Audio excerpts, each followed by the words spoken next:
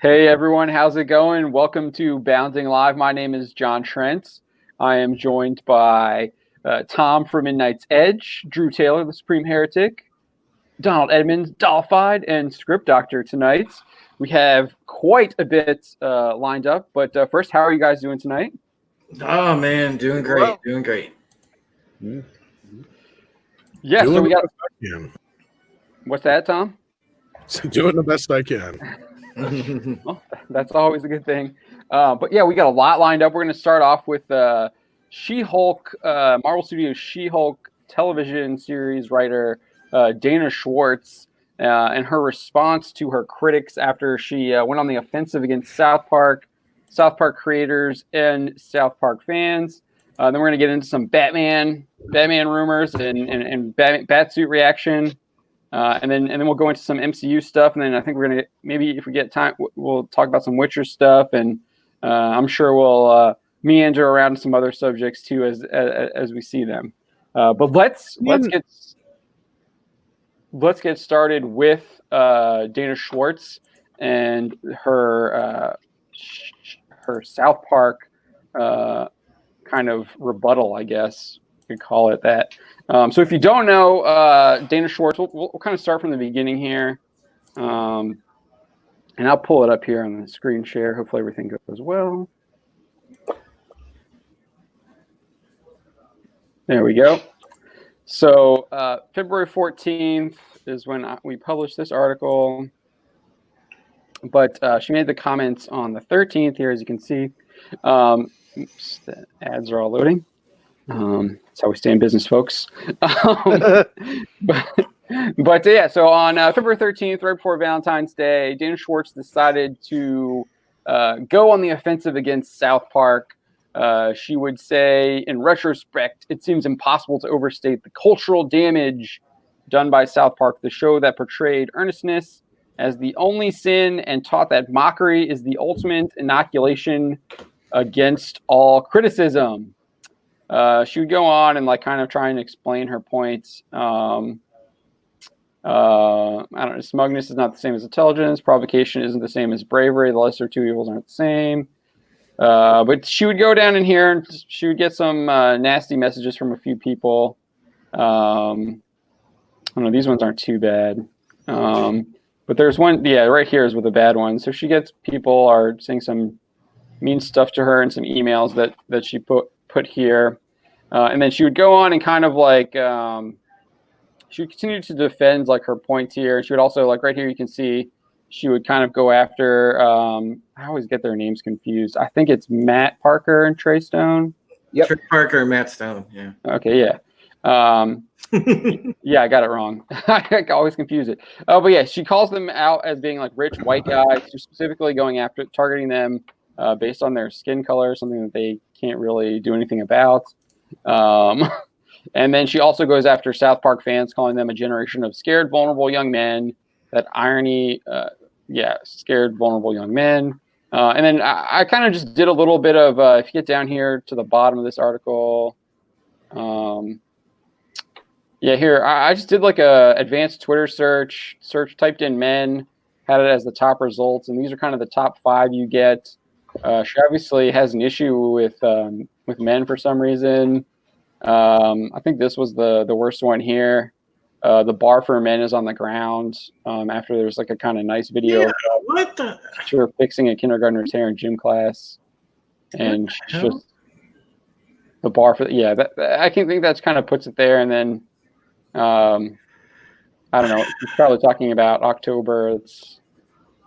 That's Joker, I guess. I don't know. I mean, she's this lady's essentially coming out, and you want to talk about stuff now. Somebody on the other end of the on the other end of the spectrum that didn't follow the popular narrative, let's say, tweeted that they would be reported for borderline hate speech, right? Oh yeah, I mean James Woods was he was banned from Twitter, and I guess he came back because they were going to make him delete a tweet. Yeah, and he came back recently. I forget what it was. We've got a story up on it, But yeah, I mean, they basically banned him from Twitter for something like way less than that. But I think but this lady's allowed to come out and say this, man. I'm like, wow. Well, this is what's even worse. So I went and did another, just searched men. Let me see if I can find it here. I'm not seeing it. She might have deleted it. Let's see. How convenient. Where is it? Yeah, Here it is. Here it is, right here. She did not delete it. So I did men again, and I searched top results. This is literally from a couple months ago, 4 months ago, November 1, 2019. She's calling for all novels by white men to be removed from high schools for the next 20 years. And then she would defend her point by using by quoting David Foster Wallace, interestingly enough, who I believe is a white man. Well, so there's removing 20 years worth of white men books for schools isn't going to make her boring books sell. And if you want to know, her boring book is it has something to do. I don't have it now. It's like it's about men. And how they have problems.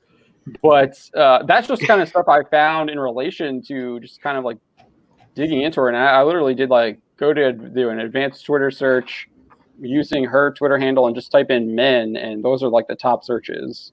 One thing I like about her Twitter handle is that she added 2 extra Z's to her last name, so it's 3 Z's, which is very appropriate because her writing does put people to sleep.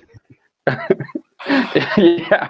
Well, I gotta say, you said she went on the offensive. Wouldn't she had to have been attacked to begin with to be on the offense? She's the one who started the attack. Right. That's what I was saying. So she started the offense by going after South Park, going after Matt and Trey, going after South Park fans, and now, so this was now she's going here. Last night, February 18, she's claiming that she's the victim. She says, "I tweeted a pretty mild opinion about a TV show on my own personal Twitter account like a week ago, and I've been getting multiple death threats every day since." She doesn't show that. She did get one death threat that she showed back on the 13th, which was that tweet. I didn't bring it up because I don't want to get dinged. And she did get called like a nasty name, but she said is there something that women are allowed to have an opinion? Well, she expressed her opinion, and people express their own opinion. I just don't even. She's still expressing her opinion here. This doesn't even make any sense to me. You really have to have zero situational awareness, or truly live in some kind of bubble of stupid to come out and tweet stuff like this. I mean, what in the world did she expect? Well, first of all, they all have a victim mentality to begin with. But yeah, you posted your opinion on a show. That's fine. Nobody else is saying that. But you made some pretty salacious accusations about said show and basically called for said show to be canceled. Which, again, perfectly open to your opinion about it. But don't be surprised if somebody's going to say some shit back to you. Guess what? That's the name of the game, folks. We get it all the time between Star Trek and Star Wars and everything else. Trust me. Oh, yeah. The internet.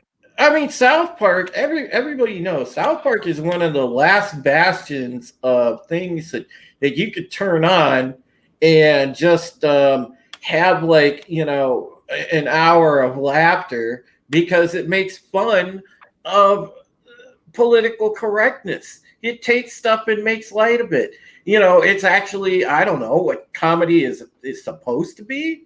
And people, take a refuge in that. Same as people take refuge or used to take refuge in. It's a reason why we watch Star Wars, Star Trek, and the sci-fi stuff that we like. We like escapism. South Park was escapist comedy, man. It was great. People went there to just get a good laugh. And she thinks somehow that's oppressive. It's terrible. Come on, man. But it's perfectly fine for the comedians now to come out and say the stuff that they say that's completely offensive. But, that's fine because, they just happen to support the popular narrative. Well, Drew, it's not okay for the comedians to come out and say what they have to say because none of the college campuses want them nowadays. And She's, you know. That's true. Colleges want them. The comedians just won't go. Yeah. Well, yeah, because they don't want to be lampooned by the students. Yeah, they'll throw harpoons at them. Oh, most of the comedians, most of the acceptable comedians, the people. Oh, okay, yeah. Wait, where are like they? the late night talk show host comedians and people like that that support the popular narrative. Yeah, they're allowed to say whatever jokes they want, making light of people that don't follow the narrative. But guess what? The minute that you take something like South Park and actually defend it, you're a bad person, according to this lady. It's like, get out of here, man. And this is a person that's writing one of the most loved heroes in the MCU. She's writing on She-Hulk. My God, what has She-Hulk turned into? Well, if you want to get dirty about it, she's for... writing a character that oozes sexuality, and she can't do that herself. So, no, she's not a terrible looking woman, but her personality's pretty rotten to the core. Oh no, I'm not talking about her being attractive. I'm talking about sexuality is not the same as being attractive. Like there's people who can just present themselves to sort of incite or entice people deliberately, and then there's physical beauty. Those are two different things. But when you say like things like this, it's like I can't see anything endearing or attractive about you as in the personality aspect, and the sexuality is a personality aspect. That's what I would. Well, she's got to write for She-Hulk, and then from what I understand, they're casting for someone with comedic chops. Yeah, we'll get into that. We'll get to that a little later. I'm triggered. No, but if this lady is going to be a writer for She-Hulk, it's not looking good for the show. I know Jessica Gao is the head writer, the head of the writers' room for this, but I really hope her contributions are small and insignificant. I will say the one thing about this when it comes to She-Hulk is that the Witcher writer room seemed to be pretty woke, and they turned out a pretty decent product. True. For the most part. But I did want to get back to something that Tom was saying, and he was saying that she was basically trying to cancel South Park, and I agree. I definitely think that's exactly what she was trying to do. But because she didn't outright say I wasn't trying to cancel it, she can come out and say stuff like this. Nope, wasn't trying to cancel anything. Just tweeted a thought about it. You called it. Let's go back up here. You called it. It seems impossible to overstate the cultural damage done by South Park, the show that portrayed earnestness as the only sin and taught that mockery is the ultimate inoculation against all criticism. I mean, you're calling the show.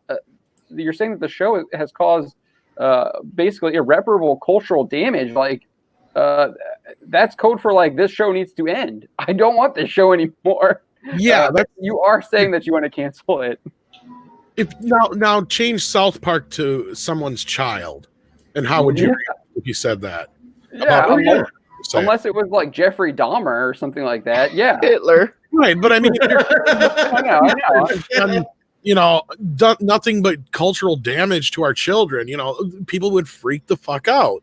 Yeah. Bullshit. I call bullshit. It's a general blanket statement about a show that's been around probably longer than she has.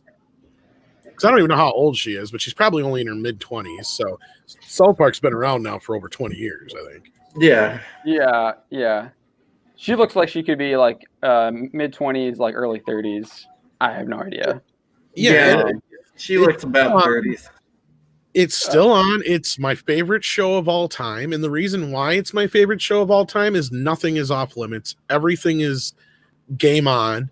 And if it wasn't for South Park, we wouldn't even know half the shit we know about things like Scientology, the Mormon religion, other things in politics, and some other things like that. They just basically blow the roof off and say, "Hey, this is what it is," and they just show it for what it it she's 27.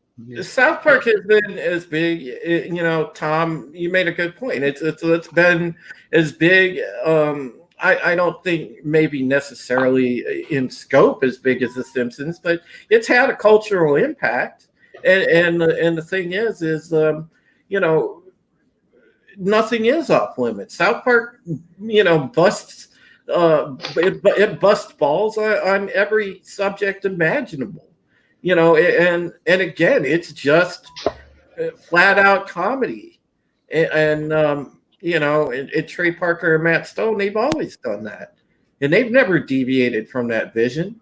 And man, it just God, nobody knows how to take satirical humor anymore, or just take humor in general. My God. No, I mean, I think you're right. I think people, I think it's an overstatement to say that people can't take humor. I think people like Dana Schwartz can't take humor. I think the fact that we saw Chappelle, last year, his latest Netflix stand-up, I mean, almost 100% audience score on Rotten Tomatoes. So the audience can definitely take humor. We definitely can laugh at this stuff, and we find it hilarious. And it doesn't, like, there might be some things that I'm like, I don't know if I really agree with what Chappelle's, like, there was something I think he was talking about, abortion. Like, I don't personally agree with what Chappelle thinks on that, but his joke about it was funny. It was a funny joke. I thought it was hilarious. But I can laugh at that. Because it was funny. It was a really good joke. Agree with something to think it's funny, right? And I hate to bring this up because everybody freaks out about it, but look at the James Gunn thing. Everybody was making a big deal out of it. The guy made some bad jokes. If you actually look through the shit, that's all it was some bad jokes. Well, I will say the issue with Gunn was it was a lot. Well, yeah, but the point is this that I'm getting to is anybody who's ever laughed at something like South Park, Airplane the movie, or anything else where they've made jokes about pedophilia, basically, then why are you acting like it's something new, or just because this guy did a few that, I've seen so many hypocrites come out of the woodwork with that it's like, it's okay for everybody else to do it, but once somebody I don't like does it, then it's not okay. It's like, do you realize you guys are acting just like the SJWs that you're against? And there was a lot of people I had to call out for that hypocrisy. It's the same thing here with South Park. They have covered every bit of area, including the one we just talked about several times, actually. And one of the funniest episodes of all time is one where Mr. Garrison gets pissed off because his dad never molested him because he thinks he didn't love him enough. Come on, that's fucking hilarious. Do you like movies about gladiators, Timmy? So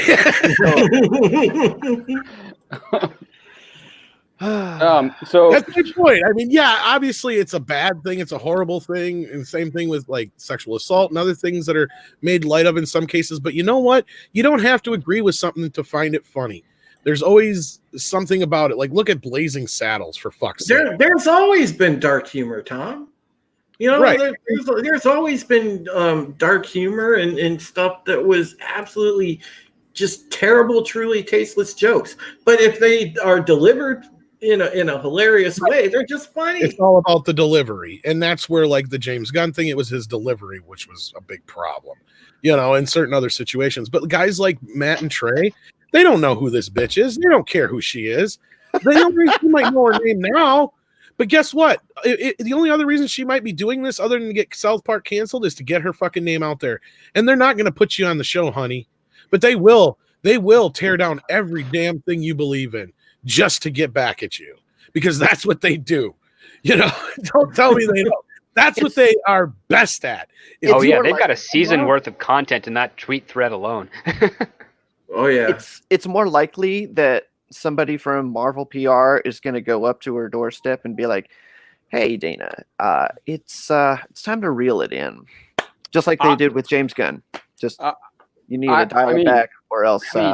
Maybe I don't know, man. I feel like that time is over, especially with these Disney Plus shows, because you have the Miss Marvel. One of the Miss Marvel writers also has had some pretty horrendous tweets. I don't have that article up right now, but she deleted like 5,000 tweets like right before she got she was announced as right like before the ink got dry.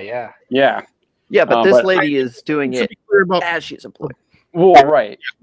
Yeah, the James Gunn thing was like almost a decade before you worked for Disney. Yeah, so right. Oh, man. Apples and oranges. Oh, look at that, John. We got a super chat already. super chat from Orville Nation for $5. Bounty into Comics and Midnight's Edge, 2 of the very best sources for perspective and info on the net. Thank you very much, PJ. Well, we appreciate that. Yeah. Big shout out to Orville Nation, by the way. Just before we went live with our bounty panel tonight, we had a wonderful interview on Orville Nation's channel with sci-fi actress Simone Bailey. She was absolutely awesome.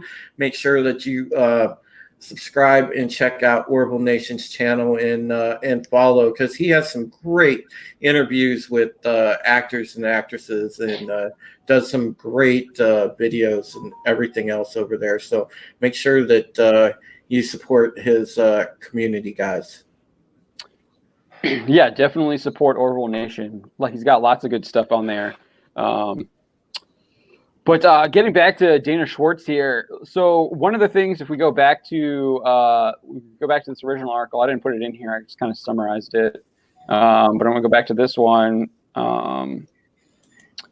One of the things that we were talking about, like, she was like, if it wasn't clear that she was trying to cancel the show with her first tweet, where is it here? She talks about, like, the show should have, like, a message. And so this is where you have problems with what might be happening with the She-Hulk series. So right here, she says, the two-party system is a mess, but instead of proposing real solutions or putting in the work to make things better, South Park decided the answer was making fun of anyone trying. Like, she's saying that the show should have been, like, solving, like, political issues within the United States of America. Like, what? The show is literally made to entertain people. I don't think it was. I don't want to, like, assume anything, but I don't think it was meant to be solving massive political problems. If anything, political problems. I think it's handled more political problems than anything, or at least taken more on head on than a lot of other shows have. Oh yeah, I mean, South Park definitely takes on a lot of political issues, but I'm not sure if it, like, gives you any solutions to them. It's also not their job to give solutions.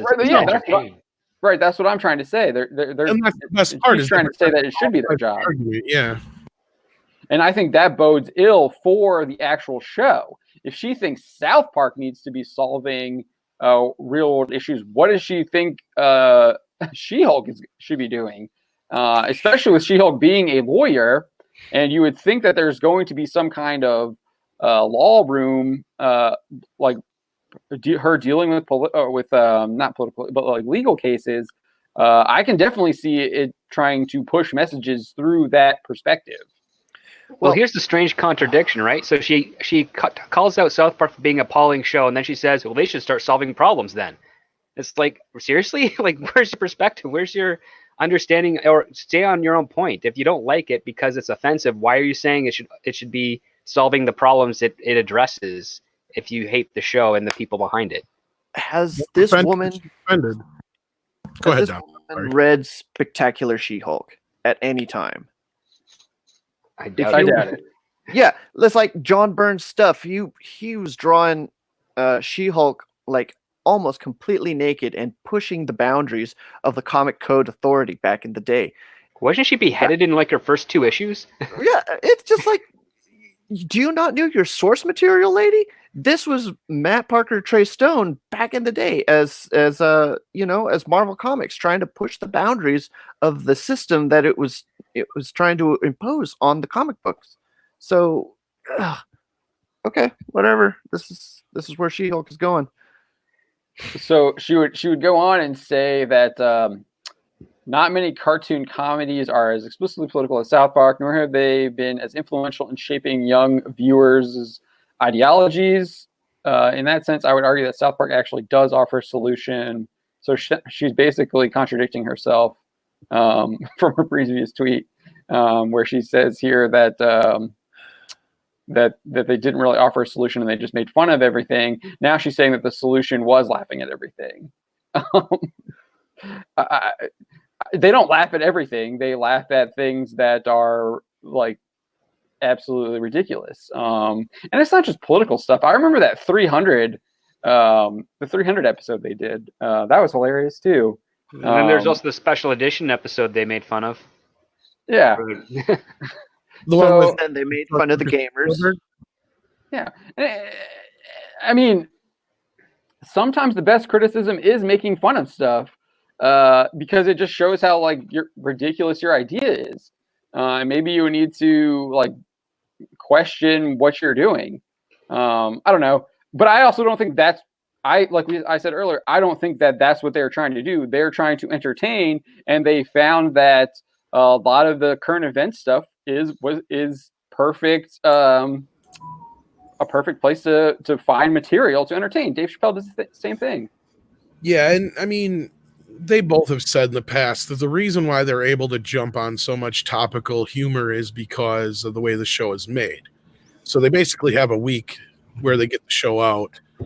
So if something's like happening in the news right now, that's where they'll jump on it. And they did kind of get screwed over with the election last time around. So I know they've been really leery about the show the last few years, and they've even gotten to the point where they're ready to kind of pack it in, but Comedy Central keeps renewing the show. So, and they refuse to do the show without any, without being involved, because their claims is that the season 2 was the worst season of all. And that's the season where they were the farthest away from the show, dealing with, basketball and then the movie and all that shit.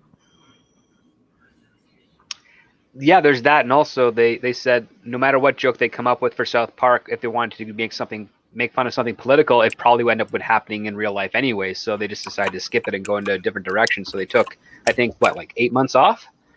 Well, yeah, that was the other thing. They kind of wrote themselves into a corner, and they had finished the season thinking that Trump was going to lose. So they had to redo like the whole last 2 episodes or something like that. It was a big old mess. And they said outside of that second season, I think they've said that that's like the worst the show has ever been. Like, it became exactly what they said they would never allow the show to be. And they went down roads that they said they never would. So I think that's why they kind of backed off a little bit the last 2 seasons, gotten a little bit more topical within the show itself and not so much commenting on everything on the outside. This last season, though, that aired I thought was quite brilliant. Just the compartmentalized episodes, and then making it all about canceling South Park and making it not actually a South Park show, but it's still South Park. It was pretty fun. I laughed a lot at that one. Yeah, I thought this last season was pretty good. So this might have been one of the worst parts of her little initial Twitter rant. She said, "Not taking anything too seriously is a privilege of people who have never faced systemic discrimination. Ironically, dismissing genuine issues as, quote, people being offended is cowardly." So she's basically calling, I'm gonna get their names wrong again. She's calling them cowards, and then trying to make it seem like they're oppressors. Because they've never faced systemic discrimination. Trey Parker and Matt Stone. Yeah, well, let's see. Let's go Parker and Stone. Parker and Stone. Last time I checked, Matt Stone was Jewish. And Trey Parker really loves musicals, and that doesn't bode well too much in the comedy community. Yeah, and I'm sure they don't have a lot of friends. I'm sure there's a lot of people who get pissed at them. They do kind of go after a lot of people in Hollywood a lot. Oh, yeah. I'm sure the Church of Scientology really loves them. Oh, that's well, after how they treated Isaac Hayes, yeah, I mean, I don't remember this, but if before that South Park episode where they lit off of Scientology, not many people outside of Scientology knew how it worked. Yeah, exactly. There's a lot of people in Scientology that didn't know how that part worked either. yeah, that's the thing, is you have to get to certain levels to learn this shit, and they were pissed, and they forced Isaac Hayes off that show. It wasn't Isaac Hayes' choice for most. No, he didn't want to leave. Isaac Hayes told them allegedly all this stuff about Scientology, and it was sad when he left the show. But there were such great episodes just exposing it. Oh God, I know. They put the disclaimer, this is actually real, and then everybody who did the show was just named John or Jane Smith. So It's like, I don't know, man. It always like cracked me up because I always thought Scientology was like a mixture of a bad multi-level marketing scam and somebody that watched too many movies about aliens. Well, I don't want to get too far into it, but like, I mean, really, like even with like the Mormon episode and some of the other ones, they show that almost all these organized religions are just as ridiculous as the next. Oh yeah. They come down. And I mean, I'm not trying to dump on anybody's religion, but I'm also one of those who's more of an agnostic to where, if you're going to make fun of one, you got to make fun of them all. It's really how it works. And they do. They don't hold any. They've made fun of the Catholic religion. They've made fun of obviously the Jewish religion. They've done all of them. None of them went off. And same thing with political groups, same thing with, the last few seasons when they've gotten on about the PC crap again. Don't think they're not going to amp this up if they've seen this. That's what they're going to do, Dana. They're going to come after you. And here's my other thing with Dana. She's working on a character who's supposed to be like Deadpool. Why the fuck do you have somebody like this working on Deadpool? Doesn't even understand humor. I mean, it's not Deadpool, but that's what this character's like now. She breaks the fourth wall. It's more humorous and shit. I was never into She-Hulk. But I'm just like, okay, I heard about this stuff now. Like, oh no, she's a lot more like Deadpool now. I'm like, okay, Jennifer Walters. I mean, she was known as being, gorgeous. Like she was like kind of like a Marvel sex symbol, man. She-Hulk in the comics now. Yeah. Oh God, she's like a blob. I mean, she's literally no joke, like a blob right now. Like it's terrible. Back in the day, though. Oh yeah, classic She-Hulk was drawn. I mean, she was basically one of the Marvel pinup girls, man. She was awesome, and that's how we know people that know Marvel. That's how we know She-Hulk. That's how we know Jennifer Walters. I mean, she looked awesome. She would be dolled up in her lawyer's clothes, blazer, mini skirt, heels, but rocking the She-Hulk skin, and popping too. And she was on point. And they even had some good like courtroom stuff with her in there. But now, I mean, God, she's written with no personality. And again, it's like that picture that we just showed on there. She's like a big blob. Yeah, and even Captain Robert April, speaking of South Park, he brings up the Muhammad's shit. They went through like literally. God. They got away with it the first time, but then homosexual wouldn't let it do them the second time. No, they were afraid they were all going to get killed. Literally, like it was not a joke. Yeah, that's true. Like Comedy Central would not air it and all this stuff, and they found a way around it, and it's no longer available outside of I think on Blu-ray or DVD or whatever, and that's it now. You can't even get it on streaming. There's a few episodes you can't get on streaming. Super Best Friends is one of them. That was the first Muhammad episode, and then the two-parter you can't get, and a couple other ones. Yeah. So she continued to describe herself as a victim pretty much. And she keeps doubling down on this idea that she only shared a thought. Her thought was to cancel the show, and that was the implication, whatever, like, despite which she says. I will say that, like, she did share an email where someone called her this name. I didn't see anything about this part, but someone else did, like, kind of say that. And I do think that stuff is wrong. I think that's like completely inappropriate. There's no need to do that. You can like we're doing now. You can criticize her opinions and her ideas without having to resort to stuff like this. So I just want to. No, and I called her a name earlier, but it was come on. I think she's ignorant, and I think she comes from a place of absolute tone deaf stupidity. But I mean, I'm not going to sit there and call her, say that kind of stuff about her. I mean, you shouldn't say that stuff about any human. You can disagree all you want till the cows come home, but yeah, you don't need to go to that level, because as soon as you go to that level, you're going to the name calling level that is usually like the playbook that they use, and you don't want to go to that level. Well, not only that, I'm not even saying she shouldn't work, but I'm just questioning whether or not she has the right job here. Yeah, Well, I think she could be very invaluable on this because they could just say, "Hey, Dana, what's your take on this?" And then she gives her take, and the writers go, "Okay, let's do the exact opposite of that for She-Hulk." That could work. And the world doesn't work that way, though. Script Yeah, I know for sure it does. Well, I was on a one little project like years ago where we used to do that, but like it's rare that it'll ever happen in a writer's room. That's a rare occurrence. I'm assuming. So yeah. Very rare. Yeah. So then she asks, like, who is the triggered one? This is her fourth time saying that she only tweeted a personal thought. She's like reiterated this idea 4 different times in 4 different ways, where she says she just tweeted out a thought.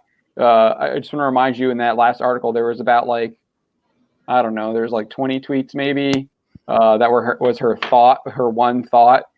Where she basically goes after, she calls it cultural damage. She calls it. She calls Trey Parker and Matt Stone rich and white, targets them on their wealth and their race. Matt Stone is Jewish, right? Well, she calls them. That's what she calls them. She's ignorant. That's the problem. Yeah, and then she also like went after South Park fans. I forget what she said about them, but she went after them too. That's basically similar to Ryan Johnson. She basically called people man babies, where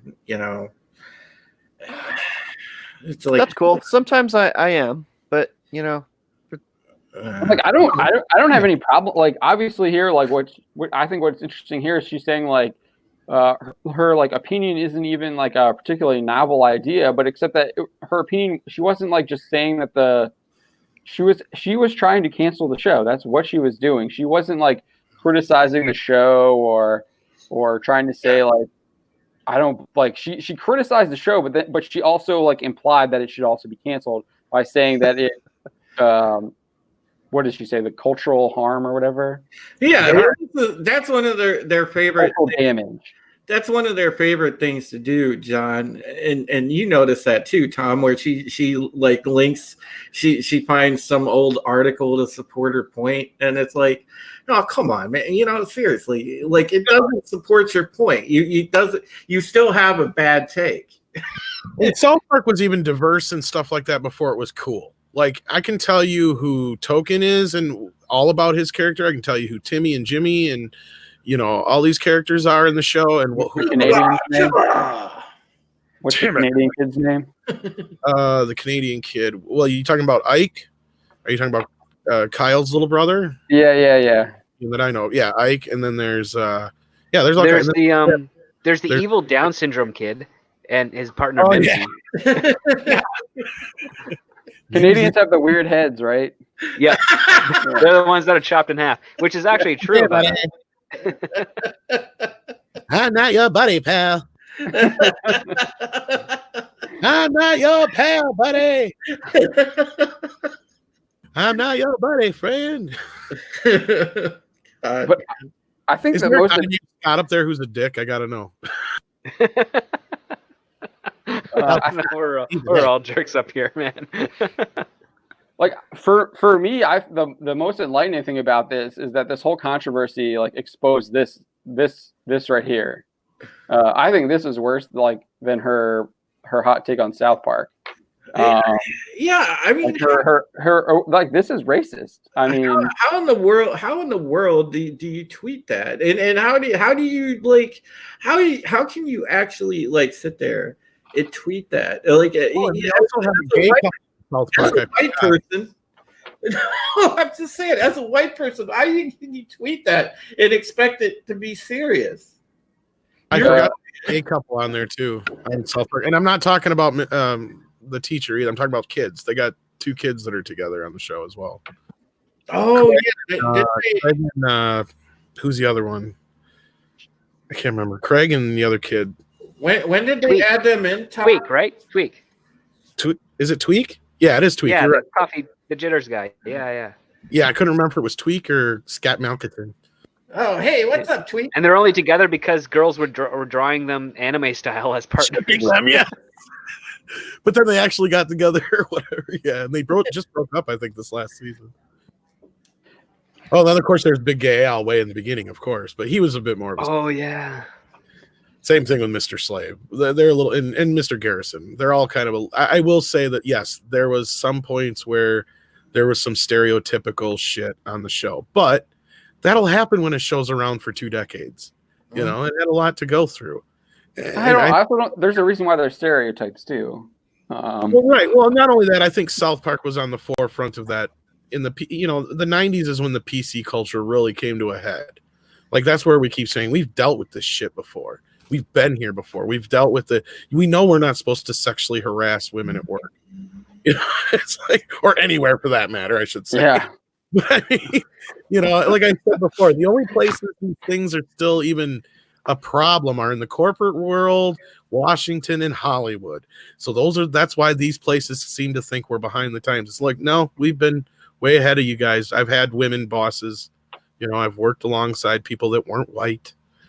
It's like it's nothing new for me, but it is obviously for you guys. So. The argument that always gets to me is where there's this idea that like women should they have this idea that men want to put women back in the kitchen, and I'm just like, my grandmother was running the farm in West Virginia while my grandfather was working in the coal mines.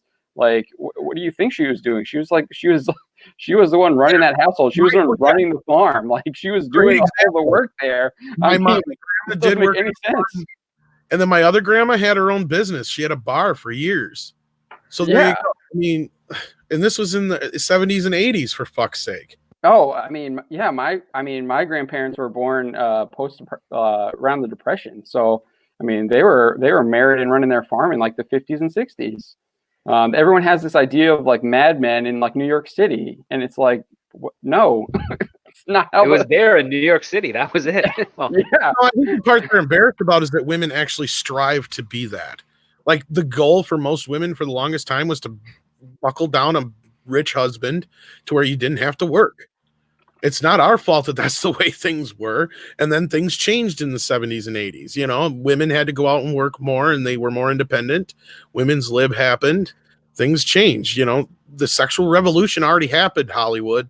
We've already been through this shit. It's no big deal. We have gay friends. It's like, come on, you're not ahead of the curve on this one. Sorry.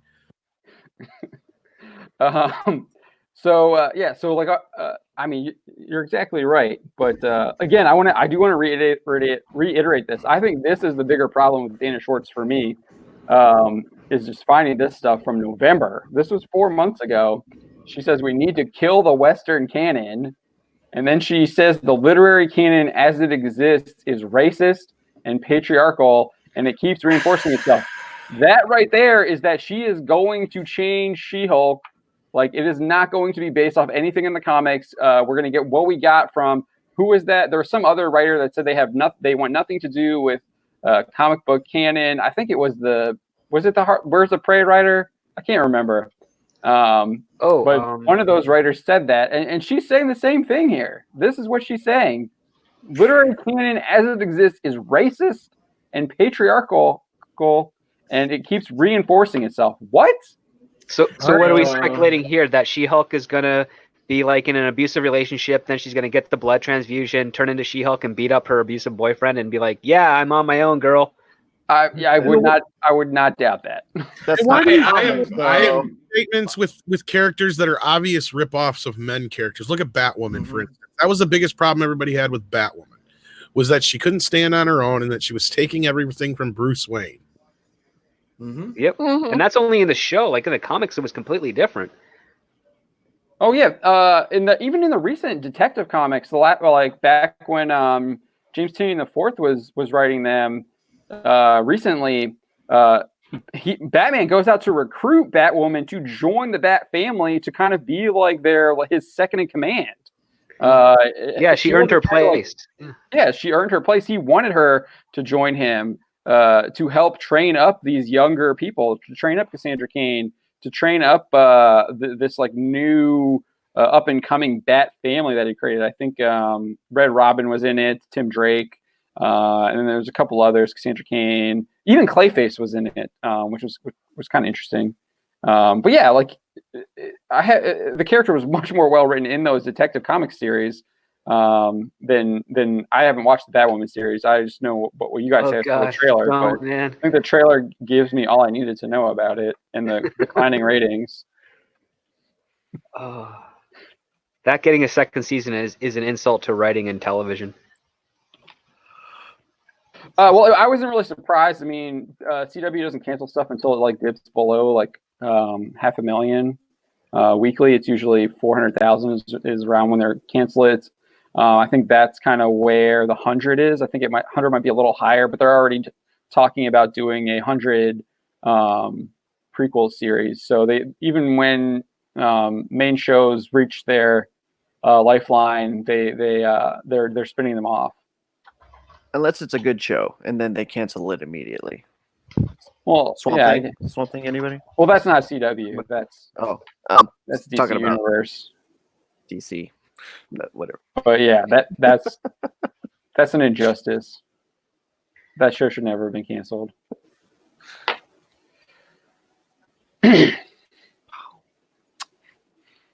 All right, do we have any other thoughts about Dana Schwartz and her like insane opinions on pretty much everything? Other than the fact that I think I'm going to be reviewing She-Hulk when that airs, no. Yeah, same. Make me lose interest in She-Hulk. That's about it. I might try and do a side-by-side where I do 1 week on She-Hulk and the next week is a comic from John Byrne, or maybe the original She-Hulk run. Yeah, that could be interesting. Yeah, that's what I need to do. Make more work for myself. Okay, but it's a good idea. I'm putting it on the list. So on a broader subject of those Disney Plus programs, are we going to be doing reviews of the shows as they start appearing? Yeah, well, probably. So depending on when they air, my plan is to kind of do what we did with The Mandalorian. So we'll do a review day of it airs. Mandalorian was on Fridays. So we'll see. Maybe they'll do Friday. I don't know. I haven't been paying attention to any of their other stuff. When is the Clone Wars coming out? Is that a Friday? I think that's a Friday. So it might be Friday. That's when their shows are going to come out on Fridays. Season of Clone Wars, and then Falcon Winter Soldier whenever that comes out. Yeah, and then WandaVision. So we'll probably do that on Fridays, just like we did The Mandalorian. But I was wrong. It was not Christina Hodgson. It was Jack Schaefer, Black Widow writer, who is not interested in adhering to comic canon that she claims is discriminatory. So that's who it is. Sorry, I had to look. That was going to bug me, so I needed to look that up. But that seems to be a trend among some of these Marvel writers. Jack Schaefer told Inverse she's not interested in adhering to comic canon that is discriminatory in any way or that violates my value system.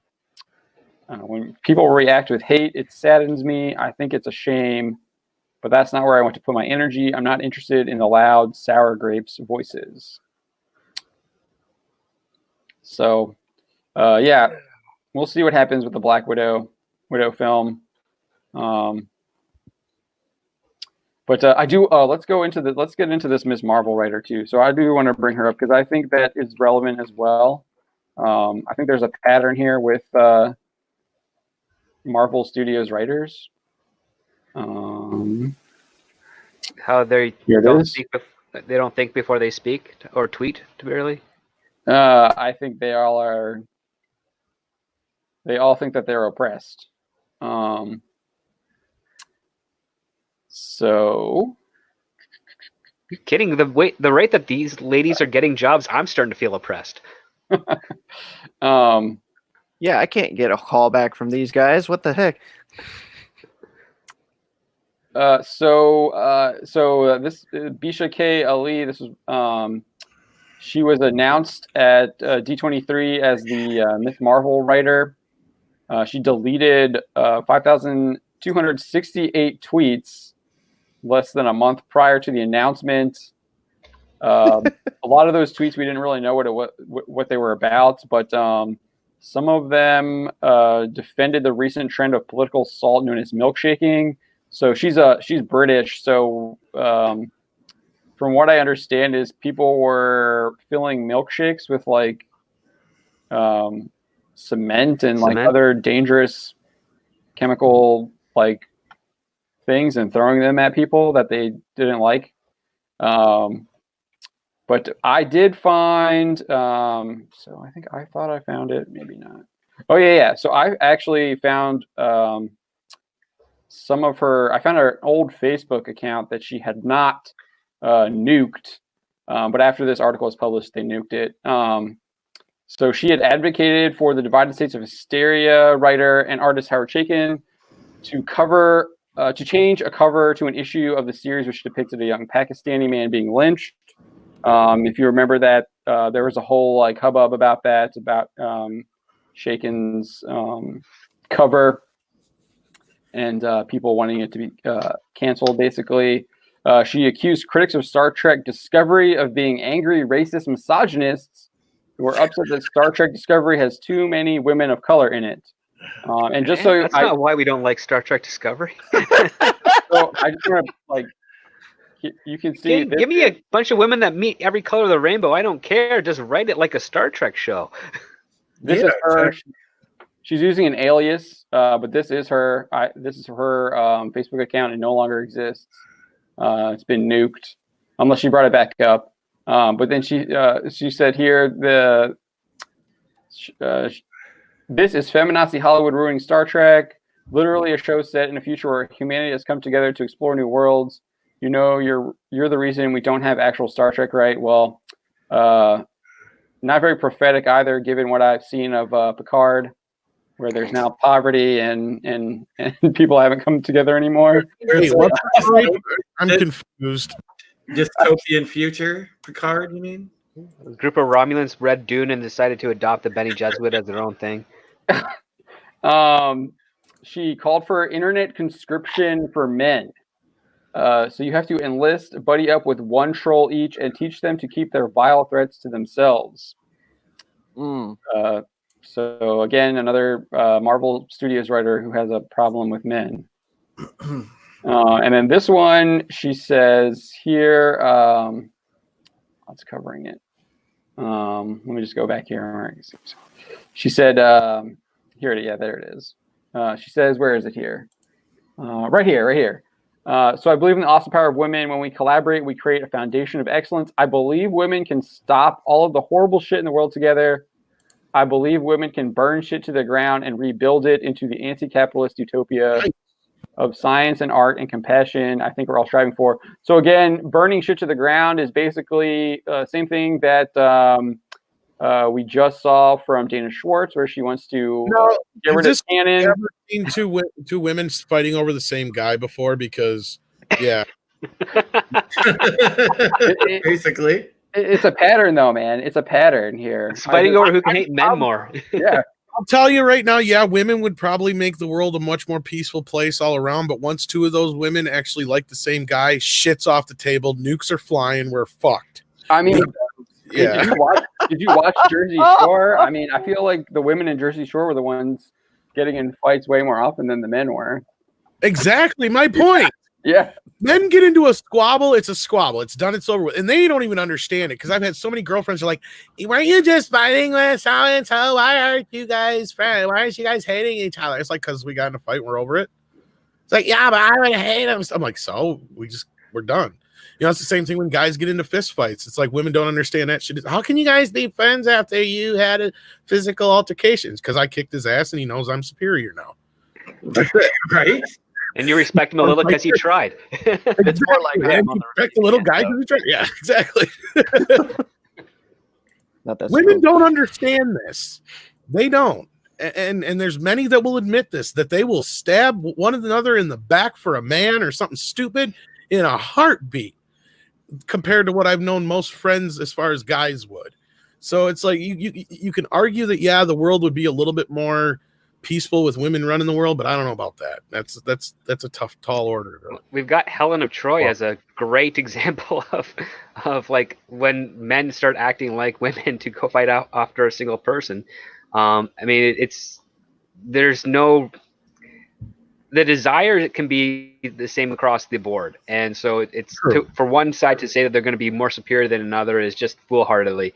There's definitely going to be some pros and cons to either side, and I love exploring that idea, especially as a writer. But I mean, what these women are saying, like, bury a patriarchy, is like, well, okay, sure, bury the patriarchy, but first, can you identify what a patriarchy actually is? Because I haven't seen one around here for a while, and I am associated with a lot of women who do not feel like there's a patriarchy going on here. Yeah. If anything, it's a lot of guys bending over backwards for women for whatever reason. Yeah. True that. There's Yeah, one I mean, reason. I think the closest thing you might have to a patriarchy is the Weinstein stuff.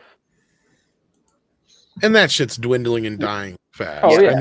I mean, why Weinstein's in court right now? Because he has no power. That's what Right. I've been saying for years now. Is the moment he started losing power was when these women started coming after him. So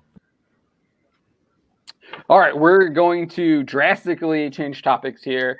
We're going to talk about some Batman, that'll blame. Batman leaks. Yeah, And, what a start. we're flying. No, who wants to get into that fucking muddy water?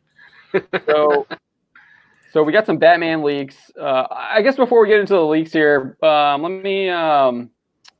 let's do the test footage here. I haven't gotten you guys' opinion on it. We'll watch it a little bit here. Let me see if I can pull it up. Yep, here it is. Yeah, don't forget to enable the sound, John. It's Oh, just music. yeah, It's yeah. mood music. It's nothing. Yeah, we don't need to hear the sounds. We'll just show the Here we go. Is It's it not going? Jimmy Olsen. I don't give a shit. It's Michael Giacchino's tease of a score, right? All right, I here still it think comes. Christopher Drake did one of the best original Batman themes out there with the Dark Knight Returns animated movie.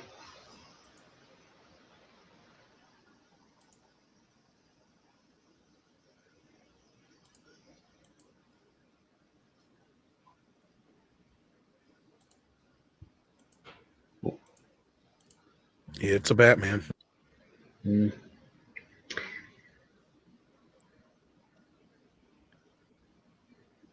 Is he pursing his lips?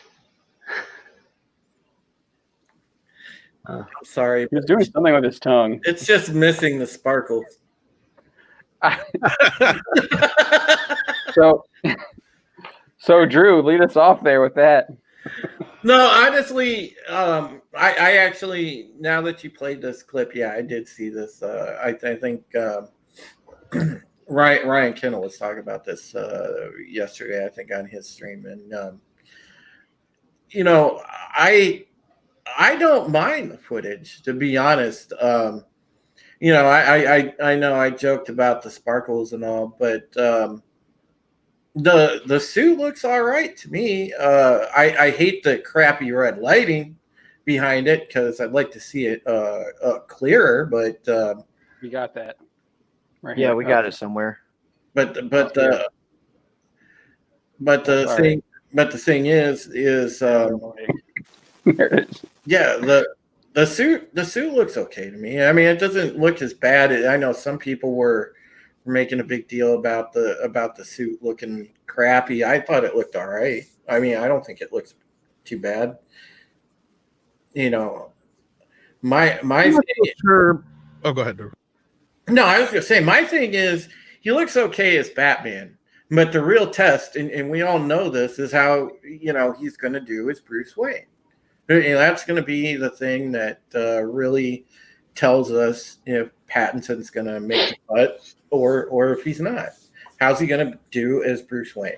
Because he looks good so far as Batman. All right, I'm going to actually disagree with you on this one. Okay. I think he'll be better I think he'll be a better Bruce Wayne than he is. Like, looking at this, I don't like that. I don't like the suit design. The cowl looks way too big for his face.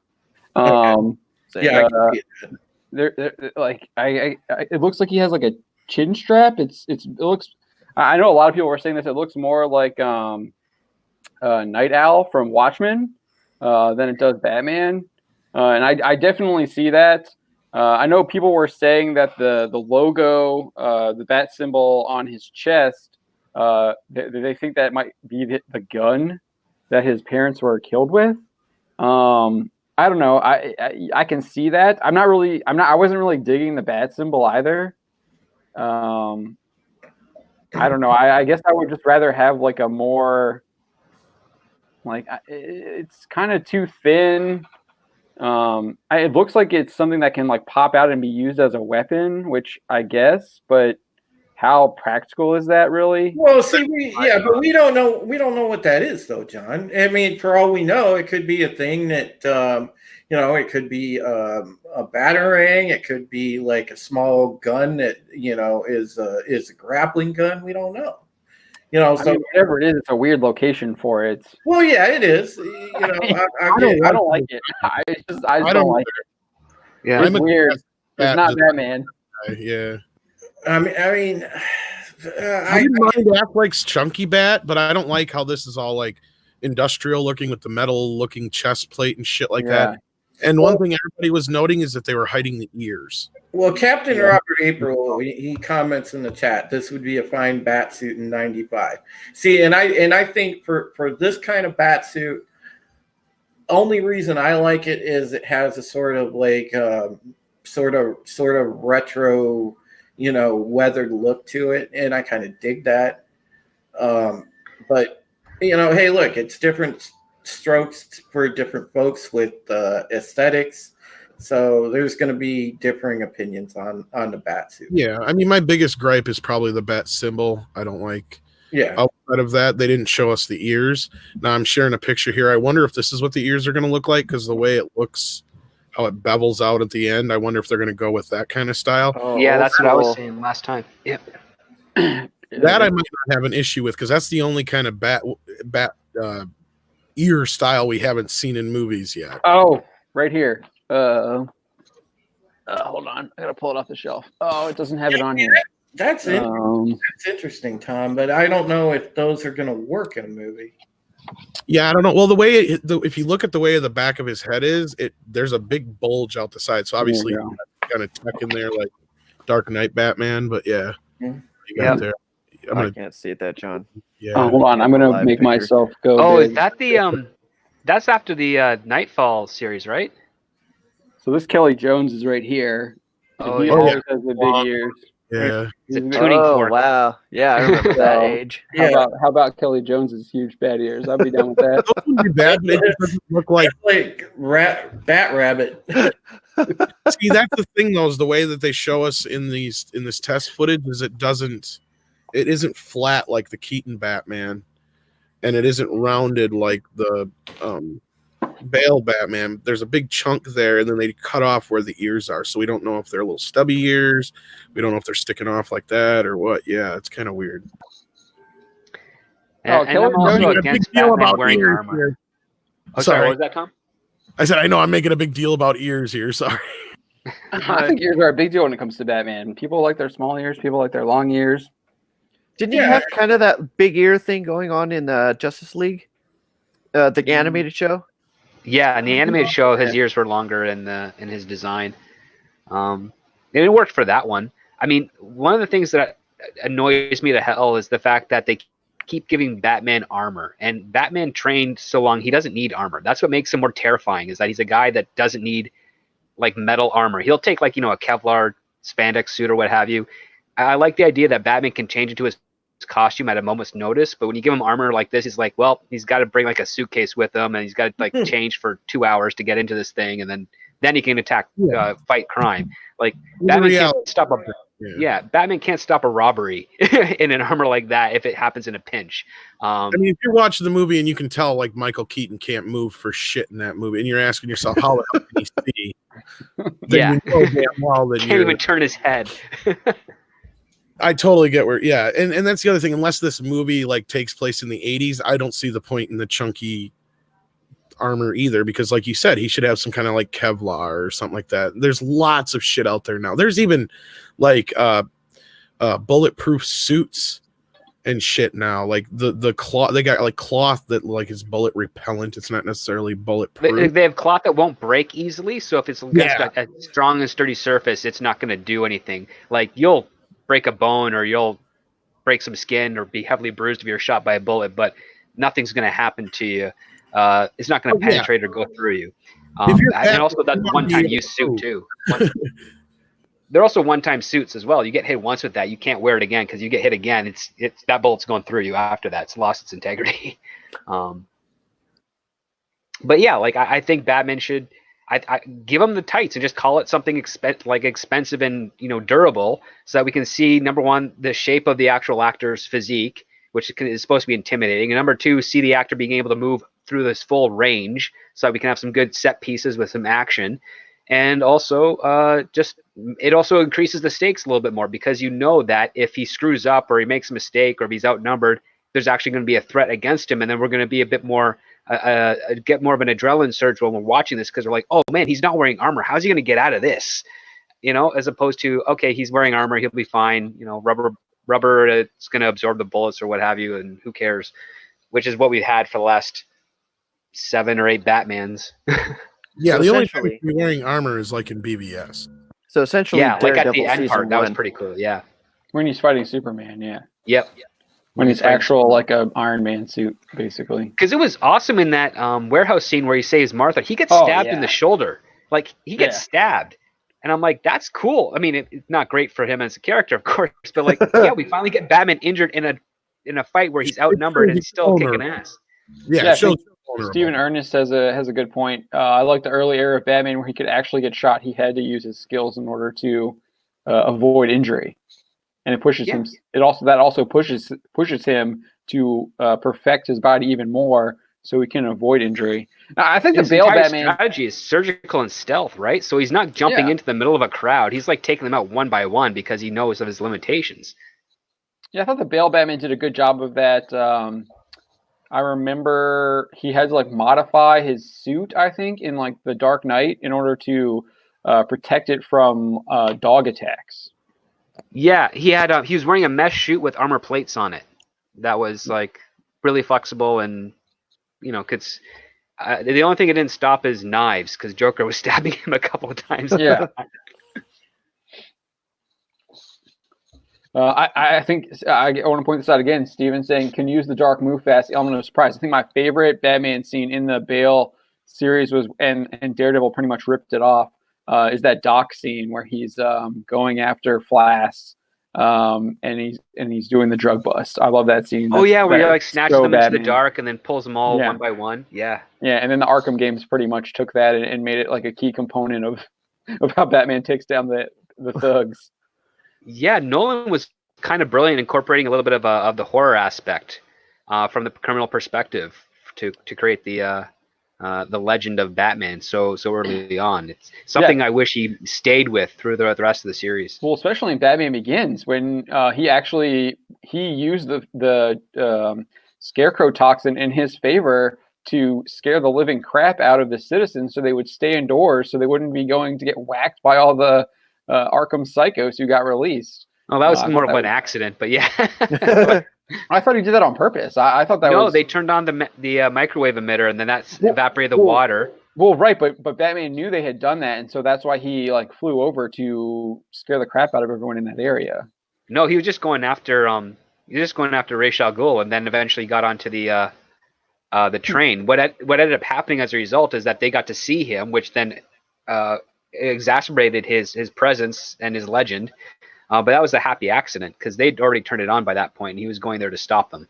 Yeah, I knew they turned it on, but I thought he because he had been injected with it, and he knew that he was going to be kind of late. Yeah. Well, he used it against Scarecrow. Right, but I thought when he went to get it, he gives what's her name the he gives Rachel and Gordon an antidote. Vaccine, yeah, the antidote vaccine, and then that's when he goes and they show him flying over the town, and he's scaring the crap out of people. Yeah, he is, because they've already been infected at that point. Right. Yeah, either way, I thought that was really cool. I like that a lot. Oh, it was cool. There's the glowing eyes, and he's just a silhouette. Yeah, and it's using, like you said, using Batman as that was really part of his training as the League of Shadows, was using people's fear against themselves and turning his own, and he turned his own fear into his symbol, and he wanted to make other people afraid of what he was afraid of. Yep. And that Batman Begins was great. I think it's highly underrated. No, I really enjoyed that. Highly underrated, and I think that's mainly because of Dark Knight and Heath Ledger's tragic passing. Yeah, because Batman Begins is a far better edited film and better paced, but The Dark Knight just has really, really great performances. So yeah. And that's the thing, is that those two movies work so much in tandem too. That's the best part. Yes, they do. But my God, I wish someone would like fix the editing issues of The Dark Knight. It's just Well, Dark it Knight, gives me a right? headache sometimes. I mean, I Yeah. agree. Batman Begins is a tougher watch than Dark Knight Rises, in my opinion, or whatever it's called, Dark Knight or whatever. There's two. There's Dark Knight and then the Dark Knight Rises. Yeah. Yeah, Like- Dark Knight Rises was the third one. Yeah, the third Yeah, one I Third don't one. with Bane. I've only watched it like once. I was Yeah, just that's where Tom Hardy pretty much does Adam Sandler as Bane for 3.5 hours. like, I'm the bad guy, zippity doo. Yeah, I was just waiting for him to say zippity doo in that. All right. So we got some Batman spoilers that arrived via Reddit. And one of them, the first that we got was this cast chair. And it says Vengeance with Robert Pattinson's name on it. So the idea is that this is either the, what is it called? The working title, or this could actually be, it could be the title of the movie, right? I'm not as familiar with this as you are, Script Doctor. Would they have the working title on the chair, or would that be the title of the movie? They don't usually have working titles on the chair that that would be facing up against the person's back. It's usually on the back of the chair. They'd have the name on the front of the back. Sometimes they have just the movie title and there's no name on it. Other times, some actors like to put their motivational phrase on their chair. So if Robert Pattinson's motivation for this film is vengeance, that would be his. And if we saw who's playing the Riddler, and his would be mystery, that would be on that chair. That could be a thing that they do. It depends on how much the production is willing to customize things for the actors for their off time. Yeah, Reminds me of that classic line. Yeah, I was gonna say, but sorry. Say it, Don. What's that classic line? I am vengeance. I am the night. Yes, and I was gonna say, watch. You're gonna have a bunch of character posters, and like Batman's will say "vengeance" under his face, and then like Script Doctor was saying, they'll have one of Edward, and it'll have mystery underneath it, and so on down the road. I wouldn't be surprised if they go with some kind of like and then penguins with greed or something. Yeah. Imagine, because they have like a bunch of bad guys in this movie. Yeah, you got Catwoman as well. Could be greed as well. Who sadly is not going to be in a very good-looking cat suit, but like more like a biker thing. Oh, you saw it already? I haven't seen it. I've just read some reports, and a buddy of mine was sending me an email saying that's what he heard on set. That was kind of what they did on Dark Knight Rises, and I didn't like that either. So it's going to be Yeah, she had the good Like a cat suit, but biker? they didn't give her a cowl. That was fun. Yes, They just gave her sunglasses. I like it was reminiscent of the '60s series, but the goggles, I didn't like that. Sorry. Yeah, I wasn't a fan of the goggles. Is it going to be black? Yes, so far as I know, it's going to be a black leather Okay, biker So costume. no purple. Yeah, I was gonna say go with purple. Or It'd been gray. afraid that. Yeah. All right, so this is kind of the first leak. Like we said, it could just be a motivational phrase, could be potential title, could be Batman Vengeance being the title. yeah. Might get confused with that video game that came out like 15 years ago, but So the same person who posted this image also posted some details that DC Movie News here on Twitter captured. I don't know if you guys can see this. I think I might just bring it up on Twitter. That's it's really easier to see. So we got a really pretty long thread here. Let's pull up the thread. All right, so we'll start here. So is it easier to read now? So apparently there's going to be some kind of funeral scene where the Riddler attacks. That'll be in the movie. Like we were talking about the ears. Someone did ask about the ears, and the guy said they haven't seen the suit in motion yet. It's all normal Bruce scenes right now. And then they describe what his hair looks like. It's dark brown, long on the top, short on the sides. They say he looks good. yeah, I don't suspect we're going to get more than maybe 2 or 3 action pieces with Batman in this movie. That's just my gut telling me. Oh, I hope not. So have you seen any other costumes? They said that they have seen the Catwoman costume, but haven't seen the full suit yet. And then they say, as a comic fan, I'd say he looks like a billionaire asshole. I guess. I don't know. I guess when I think of like almost my definitive Bruce Wayne now is almost from the Arkham games. Like when he's the billionaire there, he's like giving that speech at the beginning of Arkham City, where he's trying to like save the city, and then he gets like kidnapped in the middle of the speech and thrown into Arkham by Hugo Strange.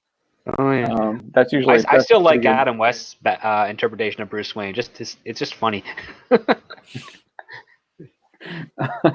So here's Gets concerned about staying up past 10:30. I mean, I just like that. It's just... here's the big spoiler. So there's a funeral scene for the mayor of Gotham. Bruce and Gordon are there. Suddenly, a car comes ramming through the entrance, spray painted in question marks, and DOA. I think I have to go back to our story here because our writer tells me what DOA stands for. Detonate on arrival. Detonate on arrival is what DOA stands for. So obviously a Riddler attack. Man crashes out of windshield with bomb tied around. Oh yeah, it says right here. I didn't get to it yet. With bomb tied around him. It's a detonate on arrival. So I'm guessing that is a suicide bomber. We're gonna have a suicide attack on a funeral. Interesting. I'm not familiar with the Riddler incorporating people that would commit suicide for him. Yeah, that's like I feel like that's like a Joker thing. Almost. Joker or Ra's al Ghul. Yeah. The most important question of all: does Gordon have the damn mustache? I've only seen Gordon. Jeffrey Wright can grow a good mustache, so. And I thought I saw the damn mustache. They go into like Pattinson's performance. He says he's comfortable as Bruce. Definitely looks the part.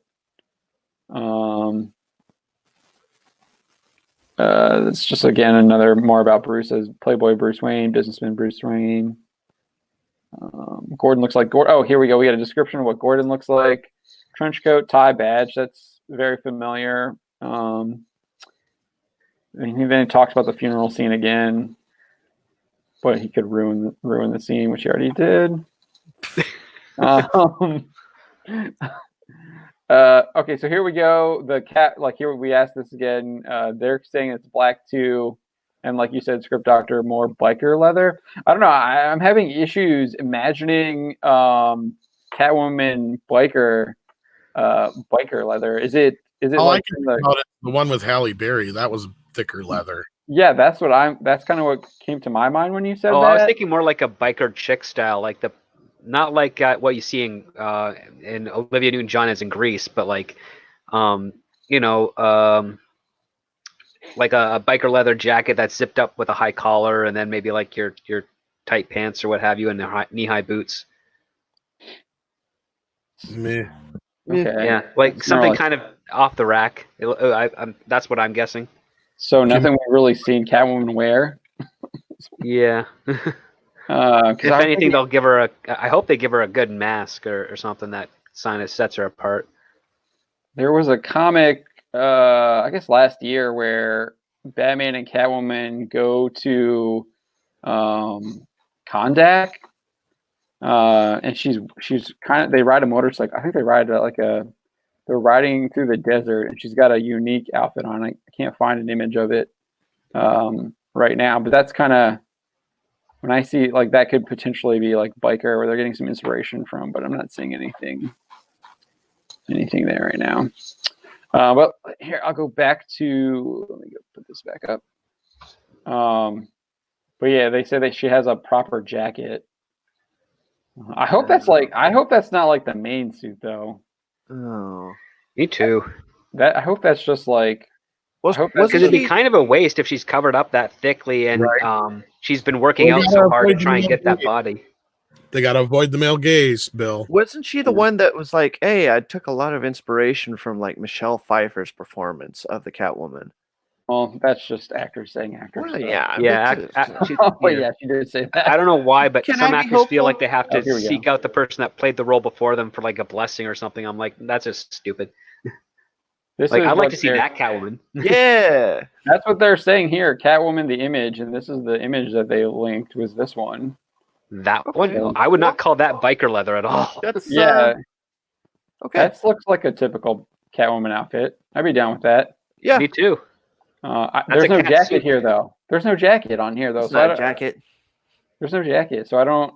That's kind of Not unless they're confusing. saying like the top is something that zips from as a zip up What top, this one is. and they're calling that a jacket. Oh, here, like this. There you go. Like that's Darwin Cook. I guess. I- don't know. I'm And kind of then okay with that, I Here's guess, the too. boots there. Yeah, that's not too bad. I'm down with Yeah, that. I would dig that. That's very yeah, Austin Powers. Well, It that shows would- off the curves and she can move. Yeah. I think we kind of hit on that. The whatever they do for the ears and the mask is probably more important in the end. As long Yeah, as it's all about that silhouette. Oh yeah, for sure. So this guy, then the last kind of tweet is we've got pictures of some scenes that would be in the film. One included a guy holding a smartphone. So would you say that the movie will take place in present time? They say 100%. Riddler FaceTime someone. We have seen some older cars though, so it might be like I'm guessing it could be like 89, where you have like a mix of technology. I'm just thinking about, you remember in Beverly Hills Cop when in Detroit, Eddie Murphy's character, all the cop cars are like off the assembly line with these giant like red cherry sirens on the top, and then when he gets to LA, it's like modern cars. Yeah, I think Gotham is like, that part at that point. They have no budget for their stuff, so they're trying to make everything that they got way back last up until the modern age. Well, you would think that the city is also like pretty much in it's in ruins. You would like at some point, because it's being, especially if it's only Batman's second year on the job, the city would be I would assume the city is being controlled by the criminal underworld, and I mean, yeah, there'd only be a minor shift towards. Well, isn't this Cobblepot supposed to be a bit more of the? He's like the mob boss of the city, I think. Yeah, So I also think I suspect he's probably running for mayor against the mayor that died and the incumbent. Maybe he killed the mayor and now he's taking over. Yeah, he killed the mayor and they're doing an emergency election, or maybe there is an election. He kills the mayor and then the deputy mayor is not qualified enough to take his place, so Cobblepot can now be the crime boss and the political boss of Gotham City. That's always a good plot to play around with. Yeah, they did that in Gotham. Obviously, we saw that in Batman Returns, right? Batman Returns, and they also did it in the Adam West series, where even Batman had to run a counter-election against him. Right. So we see Penguin does that a lot. I don't know. I kind of wanted. I don't know. That might be a little too much for me right now. I would like to see him more established as the criminal gangster kind of running the city that way. They have John Turturro as Falcone, right? Yeah, I think Turturro's playing Falcone. I believe that's confirmed by Matt Reeves. So there's obviously going to be power struggle within the criminal underworld.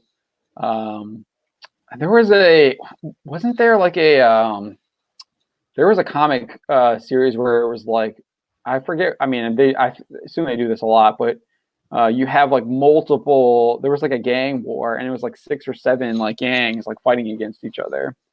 And that if they like, I think that could be an interesting idea to kind of bring to the big screen. And Batman's having to like try and stop like mass chaos in the city. That could be interesting. I don't think that's going to happen in this movie, but I would be interested in seeing that brought to live action. So that's pretty much it for the Batman rumors that we have for you today. But things seem to be moving along pretty well.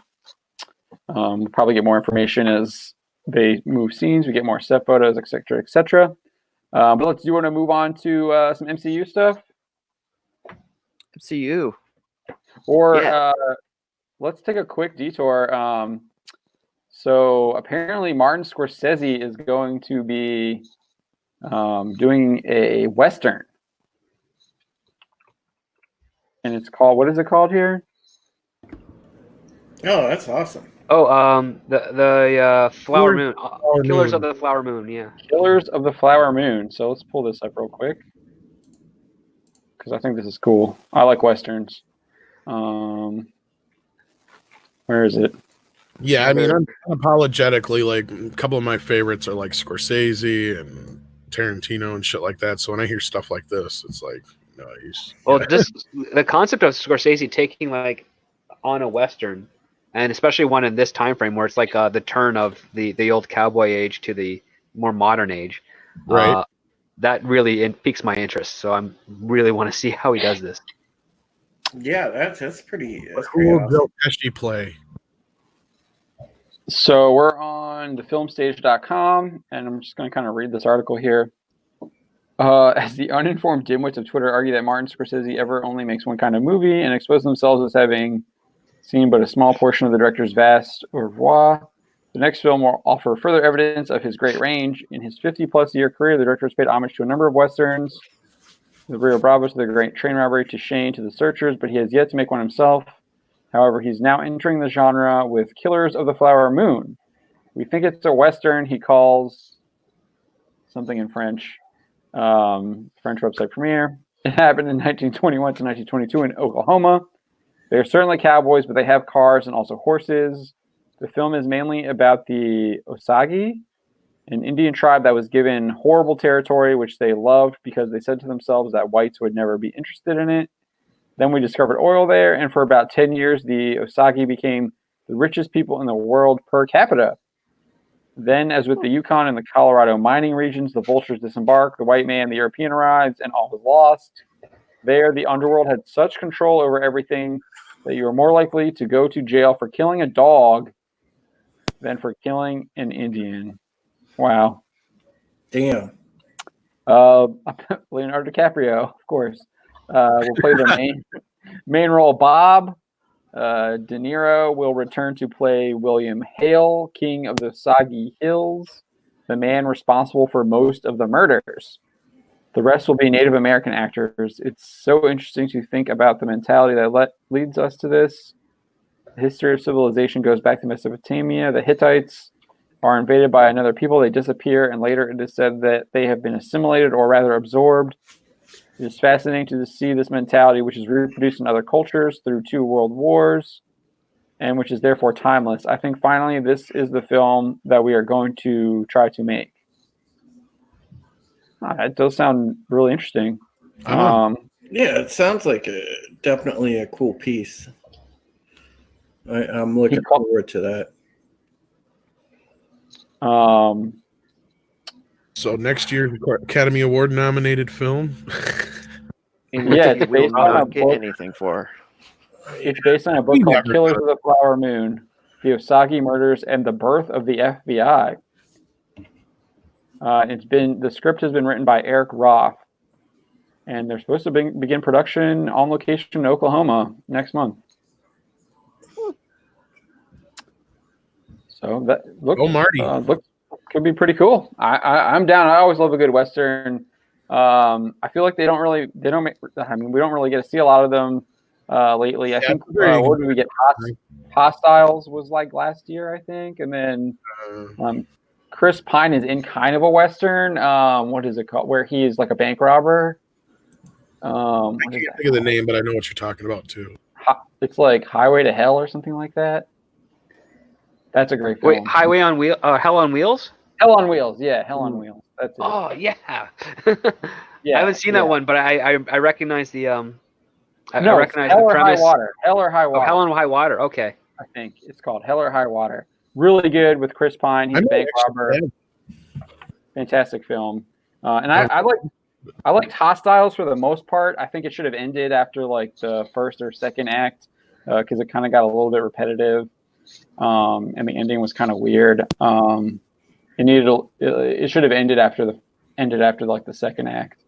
But the first act was really, really good.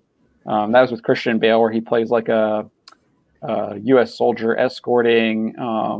Hostiles. Yeah, Hostiles. He plays a U.S. soldier escorting his.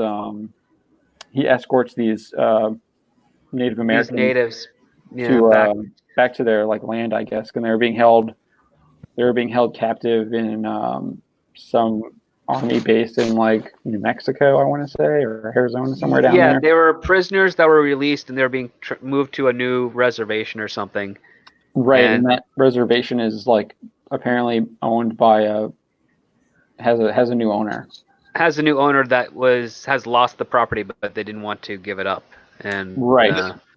They weren't honoring the federal contract and federal order that Christian Bale had. yeah. We also had a Hateful Eight a couple years back here too, but yeah, it's an overlooked genre. I think. I mean, shit, Unforgiven's in my top 5 films of all time, probably. I mean, Oh, Unforgiven's so good. Tombstone's also Oh yeah, amazing. Tombstone. Oh yes. Yeah, so we want to just take a little pit stop there. I'm looking forward to it. It sounds really cool. It does kind of follow with what Scorsese's been doing lately. He likes bringing these historical stories to life to bring them to audiences. That's something that he talked about recently, and that's one of the things it looks like he wants to do. He did that with The Irishman. Well, Hugo also kind of did that as well.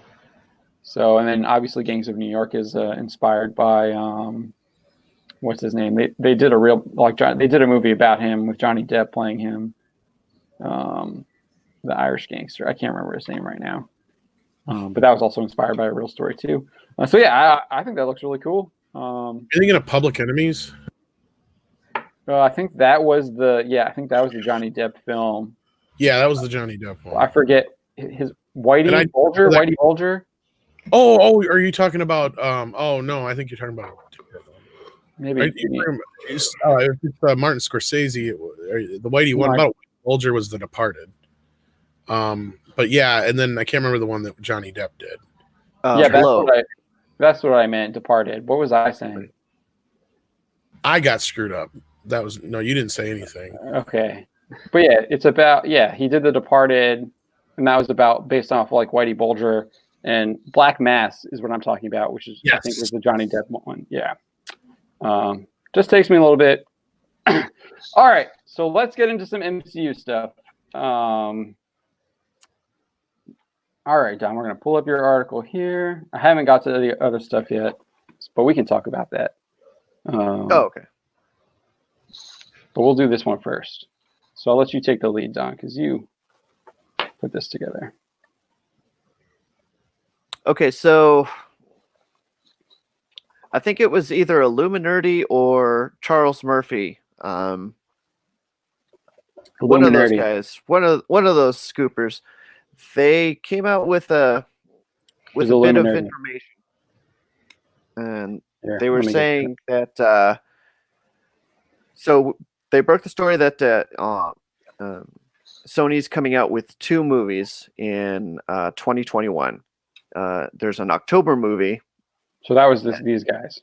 Not been titled yet, and then they have Spider-Man, the sequel to Far From Home. Yep. So, the October 8th one, no one knows what it is. They came up with a story saying, you know what? We know what it is. It's going to be, well, they didn't say they know what it is, but they're speculating it's going to be Spider-Woman, Jessica Drew. Oh, and they're already looking for a director and an actress for the project. Mm-hmm. And so we're just pondering so we don't know what it is, but they're already looking for a director and they're already looking for an actor. For a film that is rumored to be happening on October 8th. So we're kind of like scratching our heads like, what's going on here? Either they know what's going on and they can't really say that's the thing. Well, the Illuminati is reporting that it's a Spider-Woman film, and they're looking at Michelle McLaren to direct it and Alicia Vikander, which Raider is actress, completely off the wall. Yeah, that was really surprising because their report came I think 2 days after Daniel Richtman had this reported that he heard a rumor that a Spider-Woman film is in development, and then he speculates that it could be this one that these folks said was going to take place on October 8th, 2021, which is a year from now. And I think, Script Doctor, you can probably key us in on that. If this is coming out a little over a year, I guess not. I guess it's almost 2 years. They would have to be going into pre-production around now, right? Yeah, they go into pre-production and concept stuff, and probably start filming late summer, most likely, if they got everything down. One of the things that a lot of the Access Media has is that they're given stories when they happen, and they're told you can't run with it for about 2 or 3 months. So, because sometimes you'll hear, latest casting notice for a movie that's coming out 6 weeks from now. And you're like, well, it's not latest. They already shot the guy's stuff like a year ago. They're just releasing it now because they're trying to spread out the press and the marketing of the film as much as they can and as low cost as possible to garner interest. So they could already be a few months ahead of this. They could probably already have principal cast done and probably are finishing up the rewrites and doing storyboards as we speak.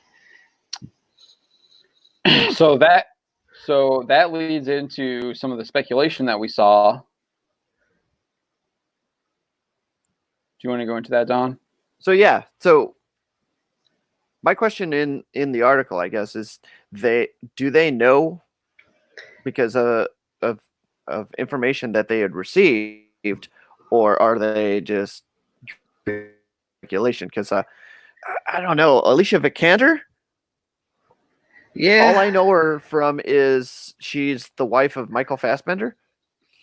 She was in that AI movie where she kills her owner, Ex Machina. Yeah, Ex Machina.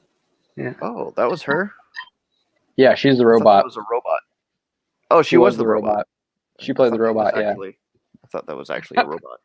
But she was in the Tomb Raider movie, which I hadn't seen. Yeah, did not do well. I think it did okay. It's getting a sequel. Yeah, I mean, based on its budget and Taken, yeah, but I don't remember it dominating anything when it came out. It wasn't. Yeah, I think it did I think it did around 150. I don't know. What was the budget? 50? It had a low budget. Yeah, it was between 45 and 60, I think.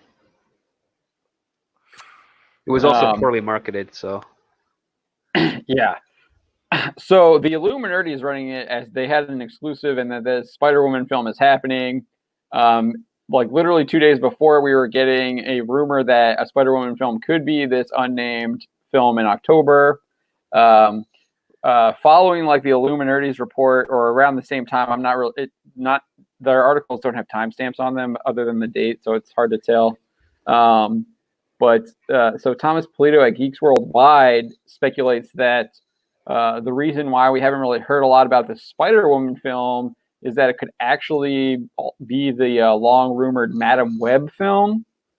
And that would involve Julia Carpenter as playing Spider-Woman, and Madam Web.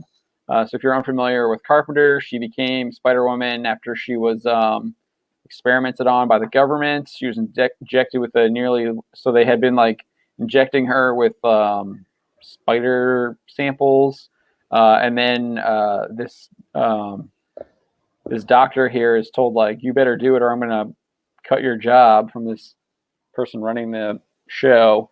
So he doses her with a nearly lethal dose. He puts just less than what would kill her. She survives, and then she gets extraordinary powers. And then she would eventually inherit Madam Web's powers after the events of Amazing Spider-Man number 637. So Sasha Kravinoff, the wife of Craven, slashes. It's weird, they don't show it here, but she slashes her throat. And then as she's dying, she gives her powers to Carpenter. So Polito suspects that it could be they took this Madam Web project that they're working on and maybe now redoing it as a Spider-Woman film.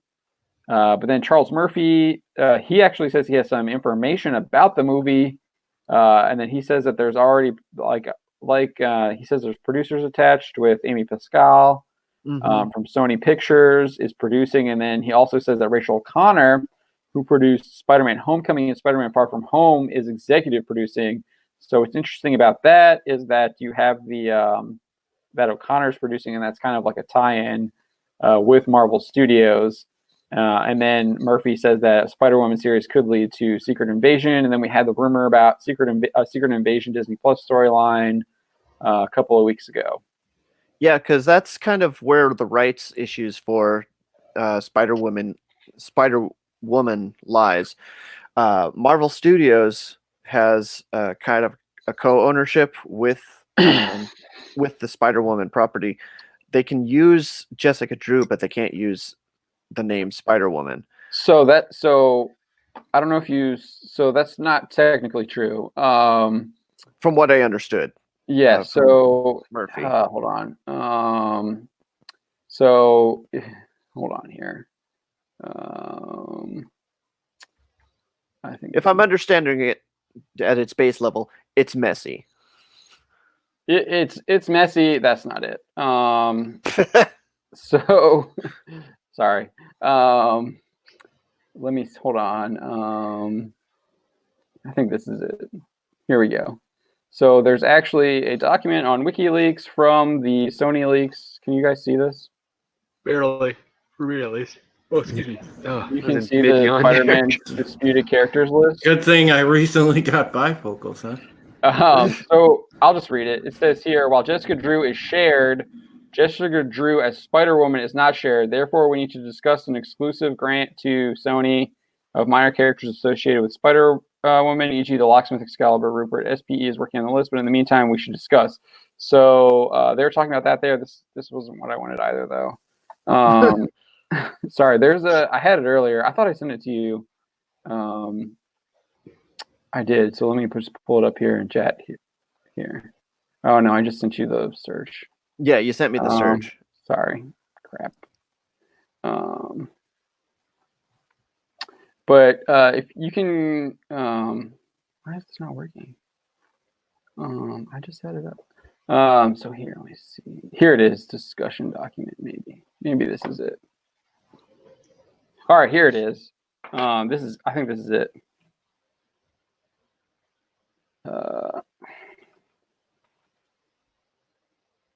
Spider-Woman, right here. Agreed list of characters. SPE is in the so SPE is Sony.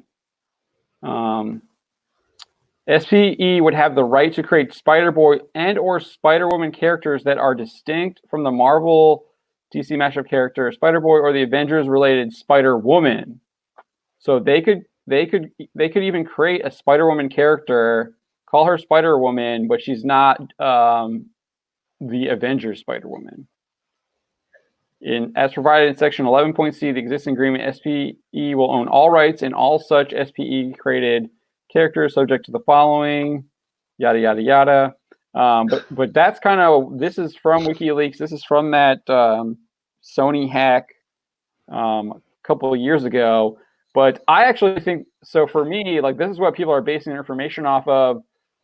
I think this is all outdated information, especially after what happened with Spider-Man over the summer. I think a lot of stuff was renegotiated. I think so. That time, and I think there was I saw something earlier today. I don't know if I put it in our. Let me see if I can find it here. Yeah, here it is. So let me pull this up real quick. So this is from the playlist, and this is an actual. So right here, in a Hollywood Reporter roundtable discussion, two executives from Sony and Disney, Tom Rothman and Alan Horn, talked about the negotiations last year and how the future might pan out for the two studios. They're talking about Spider-Man. I haven't read this, so I don't know what's actually in here yet. I assume there might be some like information about like what exactly the deal might entail. So Rothman says I read through it kind of. I don't think there was too much in there, but it was just kind of like it was you know, it was a win-win-win for everybody that the Disney deal went through, and and I think so. Okay, Yeah, so they don't like actually give you any details or anything. All right. A lot of PR speech. Not really. All right. Well, that sucks. But I think that there were a lot of things happened. I think the Morbius trailer basically confirmed that there was a new deal because you're seeing MCU Spider-Man characters showing like what would appear to be showing up in the Morbius trailer with Keaton's tombs showing up at the end in that like stinger scene. Yeah, JJ is going to be in it. He's in the cast list. So. And then you got Tyrese talking about how he's also slated to be in some Marvel Cinematic Universe films, which I found weird at the time. But I was like, now having written this piece, I'm like, wait a minute. So there might actually be something to this. Oh yeah, we predicted this a while back when the deal came down finally. In a video we did where we said that even though everybody's making it out like Disney strong-armed Sony, it was more like Sony really kind of screwed the mouse over if you look at it in one way, because they're getting probably the better end of the stick. Yeah, this is just for 2 Spider-Man appearances now, but that's all we know about. We don't know about all the other stuff. There's probably already a deal in place between Jessica Drew and Spider-Woman. So, I mean, it's very possible. We also knew that Sony wanted to do a lot of spin-offs of their Spider-Verse movie. Yeah, they got the Silver and Black and a whole bunch of other. Yeah, Silver and Black I think that's on the back burner now because they kind of right. But I'm talking about like Spider-Gwen and stuff. They wanted to do a bunch of TV. And I guess their deal does not extend to TV unless they do basically like an hour-long live-action show. And I think that basically it's almost like a smaller version of a movie they're allowed to do, and that's it, from what I could gather. Yeah, I think from everything we've seen so far, I mean, I think Sony seems to have won out or gotten the better deal. Because it's my understanding that Venom is now retroactively in the MCU. Morbius will be in the MCU technically, and all that shit. And what we'll see is we won't necessarily see any MCU characters per se show up in these movies, but what we will see is characters that are Spider-Man MCU characters.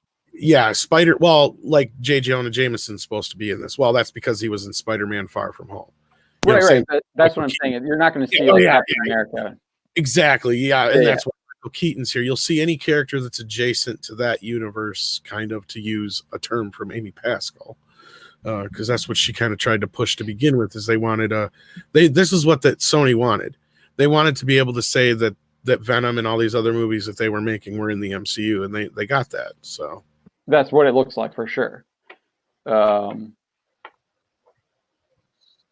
And I said the side of that on my show earlier we had was at least now this keeps Rothman kind of out of it, or at least we don't have to rely on Rothman, and he can kind of go, oh, Kevin and them guys will deal with the Spider-Man stuff, which is a good thing. You don't want that guy anywhere near genre entertainment, period. I'm actually kind of I mean the Morbius trailer, even with without the tombs thing, was kind of intriguing to me, because you got I disagree, but that's all right. Oh, you didn't like it? You like the trailer? It had that same Venom feel, like it's presenting itself to be one thing, and then you get over there and it's just something completely like blah. I wish I had better terms to describe it, but it's, Yeah, no, I like it, but maybe because I was going in with such low expectations. Yeah, it looks interesting to me. It looked different. It didn't look like stereotypical to me, but again, like you said, I do think there is something to your argument on about like we're not. It's where's the guy pulling the hiding behind the curtain, right? I feel like we've gotten that a couple times quite recently with trailers that don't really give you what you don't really kind of. They set the expectations really high. You go in and you're just like, that wasn't what I was kind of promised in the trailer. Well, and in Venom's defense, I thought the trailers made the movie look horrible. And when I actually saw the movie, I was like, oh, well, it really wasn't that bad. My only main gripe is that it's not connected to Spider-Man. Right, yeah. Which I think that's what I was kind of getting at is without even Toomes, you had that like Spider-Man poster in there with Morbius indicating that there is a Spider-Man there, even though he was wearing a different outfit. Yeah. He was wearing he was wearing the PlayStation 4 outfit for Tobey Maguire Spider-Man, right? Yes. I think that's Yep. yeah. So I found that really interesting. I wonder if that'll change in the finished version of the film. But they'll just keep it in, and it's a teaser. Maybe. Easter I'm egg. wondering. Well, it's just one of those odd kind of things because the costumes are a big deal. It could very well be that there's part of because that's the thing is let's say in the alternate universe where Marvel and Sony did not come to a deal, theoretically in the next Spider-Man 3 movie they would have to get a new costume. There's only a few characters that would carry over, so you would almost have to throw Peter into an alternate dimension just to make shit work. So I mean they kind of set themselves up with alternate dimensions, so that was I'm sure that was something that was on the table. And we kind of learned from the whole thing going down that Sony kind of pre-planned this, and I think the negotiations came because Disney was so insistent and everybody took everything in public. And in the article you just brought up, they talk about how the negotiations went public and it was a bad thing, but it's like I don't think so. I think it was a good thing. I think if the negotiations wouldn't have went public, knowing Rothman the way I do, I think he would have walked away from the table and been like, fuck these guys. We don't need them. We can make our Spider-Man shit and we'll be better off for it. And it would have destroyed everything. And whether you like the MCU Spider-Man or not, there's a lot of things that could have been a lot worse if you ask me. I mean, just remember what Amazing Spider-Man 2 was like. Oh, yeah. Oh, God. I mean, I do think there's also a lot of value in being connected to the MCU as well, even if it is, like you said, adjacent. I think that the Kevin Smith tweet earlier today that I did a video that you can see did a video on. I think that proves the value in it, where you have Kevin Smith is basically saying that Captain America wielding Mjolnir from Avengers Endgame is going to provide divine inspiration to generations of humanity in the distant future. All right, Gwyneth. That I mean, his comment, like the ridiculousness of the comment aside, I think that just shows the level of devotion that there is out there for the MCU among a segment of the MCU fans. I got a question though. When is Smith selling his candles? I mean, when the He-Man show drops. I will say this about Kevin Smith: as bad as he can be in public, sometimes there's two different Kevin Smiths. There's the Kevin Smith that's always out there shilling for everybody just because he wants to be a positive image in Hollywood, and then you watch his movies and then you kind of hear what he really thinks. Because look at Clerks 2, where he goes on, the whole Anakin Skywalker thing and all that stuff. That's how Kevin Smith really sees the prequels. Look at Jay and Silent Bob reboot. If you haven't seen that yet, he takes some real swift cracks at the sequel trilogy. And come on, I mean, he went out in public and gushed over this. But basically, he's telling people, really though, I know that it's just a ripoff of the original film.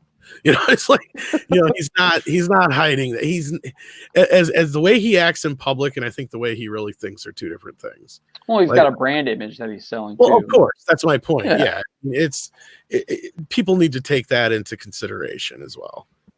Yeah, and I will say, the episode of The Flash that he directed, I think, when is it? Season 2. I want to say when Barry goes into the Speed Force, that was one of the best Flash episodes on the CW. If you haven't seen it, Is that the one where he made a cameo in it? I don't think no. This was he directed it. He directed a lot of them. He has directed a bunch of them too. Like it was like his first one that he directed, and it was when he went into the Barry went into the Speed Force, and was communicating with the Speed Force. Oh, is that what the Speed Force manifested as his mother? Yes, it manifested as a bunch of people, but it was his mama originally, I think, and then he saw his friends too. No, I think he's very capable as far as doing. I'm really looking forward to see what he's going to do with He-Man on Netflix. I'm worried about. I'm his connections super got him a worried about really He-Man. great.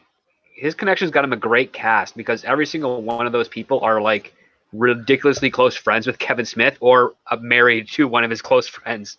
Pretty much, yeah. Well, we know he's worked with like Mark Hamill and a few of the others before. Diedrich Bader. Well, that Wood guy who's voicing He-Man, that's the husband of Melissa Benoist, and Yeah, that's Smith what I'm and saying. Benoist are like super tight.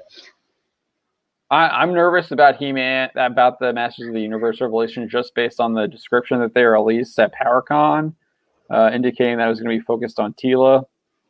Well, here the story's got to logically go. It's kind of where we were left off. I don't know if you've ever watched the original series or not, but it's been a while. They didn't really have much continuity on that series, but what they did have for continuity was basically the lineage of the characters, and that was one thing that was left open, like wide open, was what Tila's real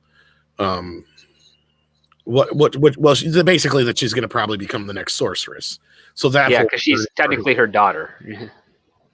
Yeah, so I mean, really, we've seen He-Man kind of do the He-Man thing, and they even tease, we'll probably see the final battle of He-Man and Skeletor, which sets up for probably some big war where we're going to probably lose the sorceress, and Tila has to set up, get herself ready to be set up as the new sorceress, and so on, and all that kind of stuff. So we'll see. I got fingers crossed on that.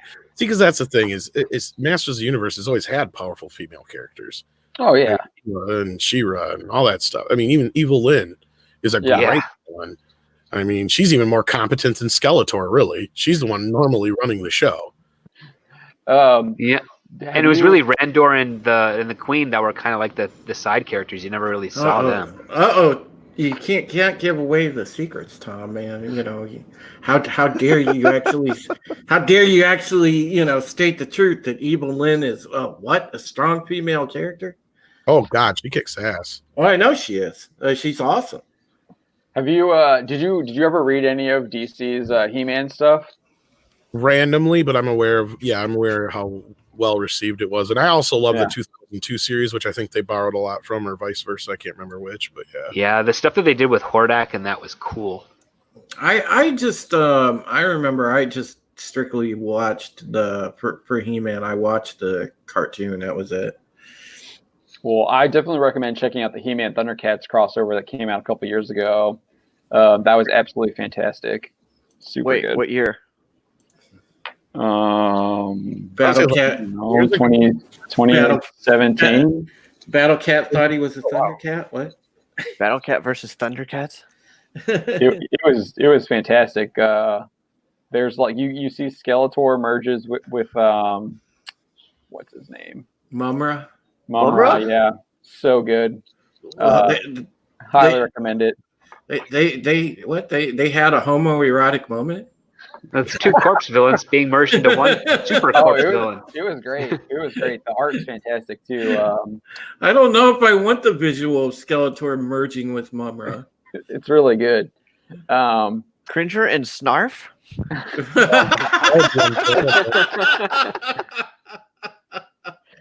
Well, I don't know who's more of a coward, me or you. Me. Snarf. Orville's just like, oh my god. Yeah, Orville. It was a comic book series. It was like a 6-issue miniseries. The artist who does the TMNT Batman crossover, he was doing that. Freddie Williams the second, I think. Yeah, it's good. I liked it. Yeah, I liked it a lot. I enjoyed it. We'll see what happens with the TV series, because didn't they? I saw that they postponed the movie though, right? Well, what happened was the short version is Sony's been trying to get the movie off the ground for years, and as far as I know, they lost their license to it like last year. But like Mattel was willing to give them some more time to get it off the ground, because I know they put a shitload of money into it, which probably means Mattel probably already put a shitload of money into it too. And so they probably were like willing to give them another year to get it going, and it looked like that just wasn't going to happen. And with Tom Rothman, this guy has killed Masters of the Universe a few times now. So, because I think it was over at Fox or Warner Brothers or something like that for a while too, and a few other places. And it just seems I think it bounced from Fox to Universal to Sony. Yeah, something like that. Well, Universal also owns all the old classic series. They bought them a while back from Hallmark or Classic Media, or they bought out the company Classic Media or some shit like that. But yeah, so that's another rabbit hole. But so yeah, my understanding now is that they're talking, and Mattel's talking to Netflix about doing the movie directly to Netflix, which will probably tie into their other animated series that's not related to the Kevin Smith one, because the Kevin Smith one is supposed to be a direct sequel to the 80s series. So it'll be kind of in that. It's not supposed to be as kiddie. It's supposed to be aimed towards adults. That's the other thing too. So I'm assuming it'll be a PG-13 style series. The Kevin Smith one is being animated by the same Japanese studio that did Castlevania. So that is like, I'm excited about that. That animation. My guess is it's going to be kind of like. My guess is it'll kind of lean towards that 2002 series, but it probably will have some of the design work of the 80s cartoon, but it'll kind of be in the middle. And I think the way they're kind of pitching it is, I can't remember the guy's name, but he did all the old Conan art and stuff like that, and he did all the Masters of the Universe artwork for the box art. I can't remember his name, but they're kind of trying to go with that style, which is similar to the old series, but the old series simplified it. You know what I mean? So hopefully it'll be a bit more, artistic driven, but I doubt it'll be as anime as the 2002 series. All right, do you want to get back into some more MCU rumors? Oh yeah, sorry, we went way down the rabbit hole. We went down the rabbit hole big time there. And that rabbit hole started because of me. Yeah. Way to go, John. But I was talking about how there are these like rabid, passionate MCU fans that when you have Kevin Smith talking about it being treated like a religion, and he's saying that, and obviously there are people who feel that way, I think, too, about it. Yeah, powerhouse. All right, so what else do we got, Don, on the MCU front? I know there's like tons of stuff going on. I know there was Spider-Man, Spider-Woman. I don't think Geeks Worldwide is they're writing Julia Carpenter being the Spider-Woman. He's speculating on that. Yeah, he's speculating, but I think that speculation is wrong because fans aren't going to go for Julia Carpenter. They want the 1980s Jessica Drew, and I kind of agree with Charles Murphy on that one, where he's like, no way they're going to go with the other versions. Yeah, I think Jessica Drew has to come first. Yeah. I'm out, like, the one thing that I find interesting about this, and like I guess it makes sense with Sony because you had the Venom and you're having Morbius and they're introducing them in films. But for Spider-Woman, I would think that would be a character you would want to introduce similar to Black Panther in another film, get fans introduced to them like you did with Spider-Man in Civil War as well. Right. Before you spin them off into their own film. That seems to be the MCU thing, is that's kind of what they do. Obviously, with teams like Eternals and Guardians of the Galaxy, it's a different story. But with like solo characters, you're usually, aside from like obviously the main Avengers, and then obviously Black Widow and Hawkeye never got their films until Black Widow now. So, but yeah. With the slate being as it is in 2021, Spider-Man 3 coming out before that untitled film, do you think they'll introduce that character in Spider-Man 3? I don't know. I feel like the only other heroes we've really gotten in the MCU Spider-Man movies are villains. Like the new characters are villains. We had Iron Man. Would they have what's his name, Flash? But he's doesn't do any, like, he's not really. He's a very lame antagonist. Yeah, he doesn't. I mean, he's still a kid too. Yeah, not going to see him as Agent Venom anytime soon. Oh, he would be slaughtered by the symbiote.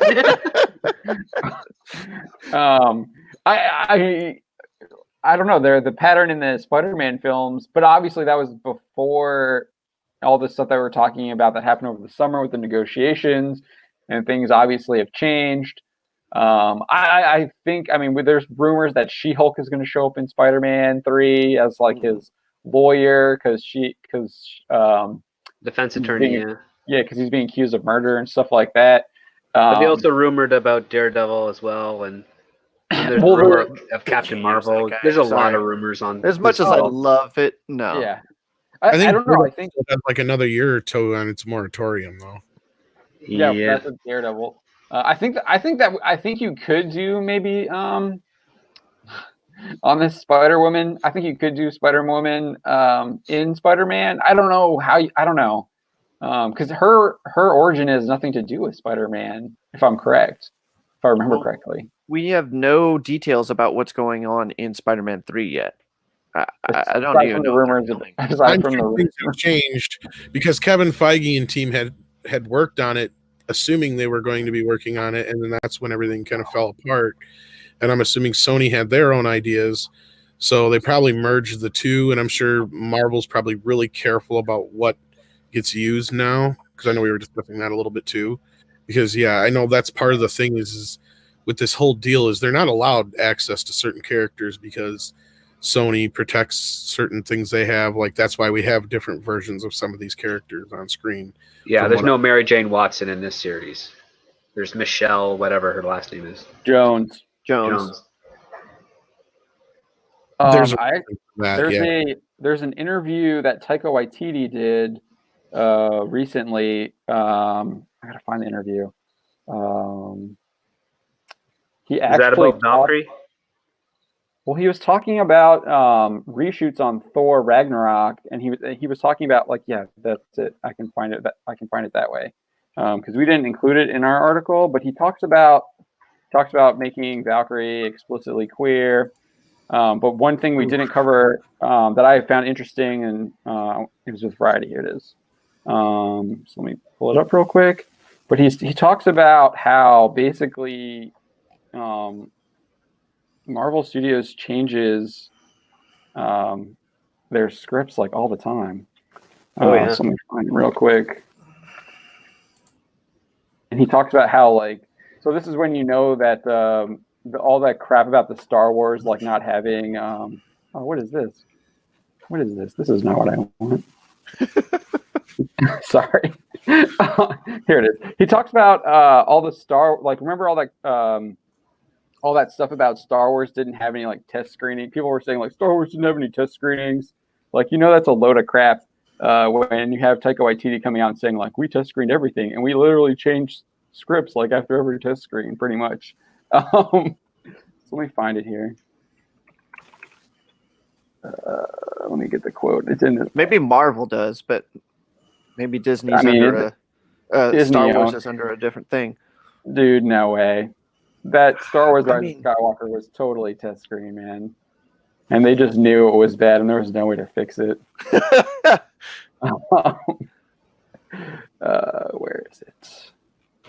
Gosh, all this crap about here it is. So here he's talking about it right here. So he says, based on what the audience wants, we test the film. We shot for 2 weeks on Thor with our pickups. There were huge character changes, huge story changes. We reshot entire scenes. I think that's why they do good work. They're relentless in their pursuit of just a good movie. I wanted to like point that out because like you were talking about how like Feige and them are changing stuff. Well, I mean, he's talking about they literally reshot entire scenes in Thor Ragnarok and made huge story changes and huge character changes while they were filming it. Maybe that's what inspired them to do that for Star Wars, and that's where they went wrong there too. I mean, well, not that there wasn't already a buttload of problems, but you know what I mean. Yeah, because Marvel has their own infrastructure that's really solid. So, I mean, they're the ones that are going to be making more decisions with regards to how a narrative is going to play out with a film. Disney is just going to be kind of there to either, encourage it or maybe throw in their 2 cents. But because Lucasfilm doesn't have the same infrastructure or team, Disney's just going to overreach and overcompensate as best they can to try and recreate the same formula that Marvel is doing. And we saw the travesty that was The Rise of Skywalker as a result. Sounds like it to me, yeah. But I do think that I do think this gets to your point about Marvel constantly changing their story And I do think, I mean, I know we were talking about this with Star Wars, where they're like, there's theories that like a lot of the leaks were coming from Lucasfilm to kind of like, I think this was like a Doomcock theory where the leaks were coming from Lucasfilm to like test whether or not fans would be interested in it. I think that's where we see a lot of these rumors too. I think this is them testing the market. If you know anything about Disney, they're always testing. You see that in their at their parks. A lot of that happens at their parks. Iger talks about it all the time. He was talking about their survey results at both Disney World and Disneyland, about the Smuggler's Run and everything like that. And even they had like low attendance in like Q3, I think, that they were getting really positive results on their test surveys. And that's kind of just built into Disney. Yeah, but some of this stuff I don't feel like is stuff they wanted to get out. And that's where I'm sure you run into some of this kind of stuff, John, where in our experience, where that's where people from the inside will come to us because they are not happy with the way things are and they don't have an outlet and they're afraid to, say what's going on. Like our last bit of leaks came from somebody who was working on Obi-Wan Kenobi, that's what I think sometimes they don't plan for that stuff, but oh yeah, they're definitely, as far as like they do the surveys and they do the test markets and the test groups and all that kind of shit to death. No, there's a lot of there. Yeah, that's I think a big problem, Tom. There's a lot of the misinformation game that's played. Because a lot of studios try to counter that and put out fake stuff, hoping people will bite on it. And the same thing, they have minions or fans that are like, studio shills that go on places, that people tend to, dive around for rumors. Like some people like to pick up leaks on 4chan because they know sometimes there is decent stuff there. And people check that, and they know the Star Trek leaks were on point for the plot points in Picard. Yeah, that's the thing is, but I get what Drew's saying, and you're right. Yeah. At first they will, but as soon as they know that something good happens somewhere, they'll pollute the water real quick. You're right. Oh yeah, exactly. Get somebody in there real quick to mess with it. You're right about that. And that's what makes it hard for us because whether you're a YouTuber, whether you're doing stuff like us, where we're deep diving, because we're trying to investigate and get down to the bottom of what's true and what's not. It's a constant challenge because it's like you're playing kind of like a human game of chess with these folks, and that's why I have an appreciation for not only what we do, but Tom, like what you and the other YouTube channels do that investigate stuff like this, because people are turning to us, the left and right. That's why we have such good traffic on our site. Right, and that's just it. It's usually from people who are, like I said, discouraged by what's going on, and it's because they're fans, and they're worried. And well, that's especially when it comes to Star Trek and a few other things that we reported on too. So yeah. Yeah, I guess somebody is not happy with Cassian Andor. Yeah, you beat me to it, Don. I wanted to ask Tom I haven't seen what was the latest stuff you put up on Kenobi, and then we can get into the Rogue One spin-off. You guys already actually reported on that, to be honest with you. with Kennedy. Okay. Yeah, and how they got the text to go home or find other work, and that the directors would be answering to somebody new soon. Yeah. Okay. Yeah, we did. Okay. And so I don't know if you saw, but there was a report. I did a video on it yesterday. I think that was my video yesterday. But there was a report. I forget who reported it. Oh, was it Geeks Worldwide? I think it was Geeks Worldwide. They reported that the Andor series is now being delayed again because there is script problems, just like Obi-Wan Kenobi. And I titled the video like Star Wars Disaster Continues, because that's what it is. It's a disaster. You must have put a couple bucks on this show never happens. I don't think it will. What's his name? Diego Luna said literally like a week ago when he was promoting Narcos Mexico that it was happening and it was going to happen this year. And then a week later, there's shows getting postponed. And this is the second time it's been postponed. And I think this goes back to what you were saying about Kennedy. I think there's a huge change happening at Lucasfilm. And I think that they're putting a lot of these live action shows on the back burner. And I think Iger kind of admitted to it in the investors call earlier this month, that their focus is The Mandalorian, and then they're looking at spinning off characters into their own series from The Mandalorian. And then we're seeing Kenobi and Cassian Andor getting delayed because of problems with quote scripts, which I just think is a joke. I don't know. I don't buy that excuse. No, I think they're doing that to get Kennedy's name off of the properties once she retires. That's my suspicion. Yeah, I think that's so what I too. suspect as well too.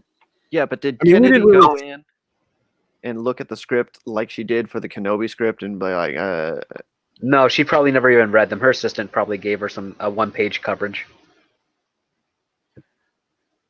Yeah, I mean, I think Script Doctor's talked about this before, but I don't think Kennedy is like a script person. She's not a story person.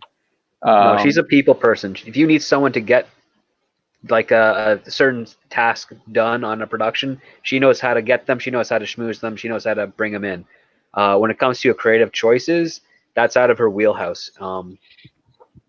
At least from my understanding, that's out of her wheelhouse. I think, except when it comes to firing directors. Except when it comes to firing directors, she's very good at firing directors. I think what ended up happening is Mandalorian became a success, even though I have my own critique about it. Her name's stuck on that here. We all had that. Yeah, her name is stuck on that property for the rest of the show's life. Like, she's always going to be making money off of that. And I think Iger, after the less than ideal reception of The Rise of Skywalker financially, is like, that was your last chance. That's all you're going to get anymore. You're not getting all these new projects that you started. We're going to redo them without you, and you're not going to get any money off that. That's the most harshest punishment we can do to you right now without losing face. So next year, no new Star Wars stuff other than The Mandalorian, and then once you're gone, then we'll start doing Kenobi and or whatever. Yeah, because they can just repurpose them and do it enough to a point where her name will no longer be associated with it. Yeah, I still think that eventually she's just gonna be given the golden severance package to get the F out of the company. Yeah. Well, Tom and Midnight's Edge have already they reported that she's basically already in retirement, and she's just a figurehead now, and she's not really involved in the day-to-days. Yeah.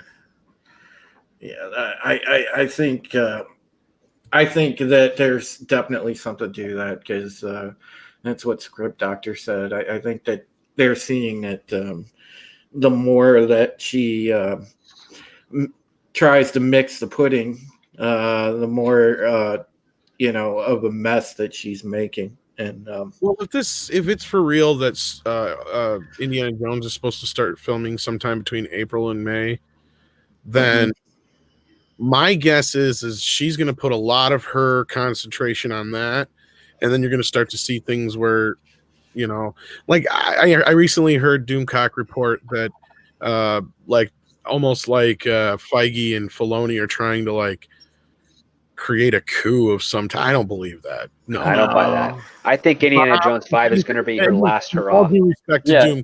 Yeah, I think it's more so that Bob knows this is what's going to happen. This is his plan. She's probably well aware of it. She's going to shift all her attention to Indiana Jones. Filoni and Favreau are going to come in and clean up Star Wars. We're gonna find out Feige's producing those movies. And didn't YTT come out and say, it might even be in that interview you brought up, that the whole Star Wars thing is probably bullshit because he would not want to destroy his career by doing a Star Wars movie or something like that was the quote.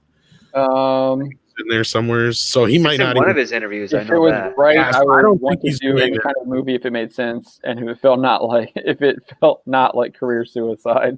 Yeah. Yeah, but Okay, that just so might be under Conrad- that just might be under the auspices of Kathleen Kennedy, because again, like the reason Dan and Dave took the Netflix deals because they just didn't want to get fired from Star Wars. So they said, if we take this deal, then we have an easy get to walk away from Star Wars without being actually terminated. And that's what they ended up doing, because that was what was happening, is that all these director pairs and directors were getting hired and fired by Kennedy alarmingly quick. Like the turnover was crazy for these productions. And I suspect that if they are going ahead with Indy 5, that this is going to be Kenny's last production, because she kind of got her name sort of with Indiana Jones, the Raiders of the Lost Ark, and now she's going to end her career on the last Indiana Jones film. It'd be kind of like a poetic way to sign off from Lucasfilm from the public perspective. So that's my speculation based on the reports that have been coming out. I think there was a rumor, we covered it a while ago, that they said that Indiana Jones would be her last movie. Yeah, under Lucasfilm, and then she's either going to retire or start her own little indie company in another country. We've said this for a while now. Her contract would lead right up to that, and we've said every Star Wars project pretty much is pushed off after her tenure if she doesn't get renewed. So it's really kind of, that's where things are setting, and that's basically, like Bill was saying here, is her first big movie was Raiders of the Lost Ark. She's been involved with the Indiana Jones franchise since the beginning. That's the only time she has ever worked with George Lucas. If you really want to stop and think about it, most people don't realize that, but yeah, that's true. It's the only time she was never on the original Star Wars. Yeah. Nope, never worked on Star Wars. Never worked on Howard the Duck. Or she wasn't on set for Mandalorian, from what I understand, right? She had one set visit. But yeah, that's the same day, I think. Yeah, here's the thing. It's like rumors were told to us that she was kept at arm's length for that, and I have also heard the rumors that she's not allowed to muck around with season 2 of Mandalorian either. Sorry, that just sounds funny to me. We'll see what happens with. I think season 2 Mandalorian might be a make or break season. I know we kind of ragged on the show quite a bit when we did our reviews. Legitimately, I think there are legitimate issues with it that we all had, and I think they really need to improve on those issues and really sharpen it up. And we'll see if the what was the word I'm looking for? The mystique of Baby Yoda is able to continue to carry on in a second season, or if it wears off. Yeah, the sad part about Baby Yoda is that aside from its existence, we learned nothing new about that character or what it means. We're supposed to in season 2. So. But hopefully we're going to get something in season 2. I'm really hoping so, because I was at work today on my lunch break. I was going over the script for my episode 8 review for Mandalorian, which is super overdue, but I want to make it right. And I realized like all these things happen in that episode just because they're trying to get to a certain point plot wise, and it just does. There's so many incongruities that just don't add up. So as much of a great episode that last one was, it's like there's so many other issues with it that just boggle my mind. The worst part is sending IG-11 or IG-11, yeah, it's a suicide attack. Against 15 stormtroopers at the beginning of the episode, he was on a speeder bike going through like 4 or 5 dozen of them, just taking them out like nothing. And then they had to like have him walk through the lava to like suicide bomb them. So bad. It was literally like a 3-1 in against the heroes, and 2 of them are basically blaster proof. So it's like, what the heck's the point? Oh, what was interesting is that I've been rewatching I never finished Star Wars Rebels, and I was actually watching. I was finishing up. I still haven't finished it yet. But I got to the beginning of season 4, and the Beskar armor does have a weakness. It was like Sabine Wren created this like machine that allows you to like target people that are wearing Beskar armor and basically like vaporize them. So there is a weakness to the Beskar armor, but that weapon was destroyed. It had originally been destroyed by Sabine like earlier on in the show, I think, and then they were able to like replicate it, I guess. And then she destroyed it again, and then they like deleted all the data from it. But one would think that they have backup, so who knows if that's something that they do. But there was a lot of there was another thing that has really irked me.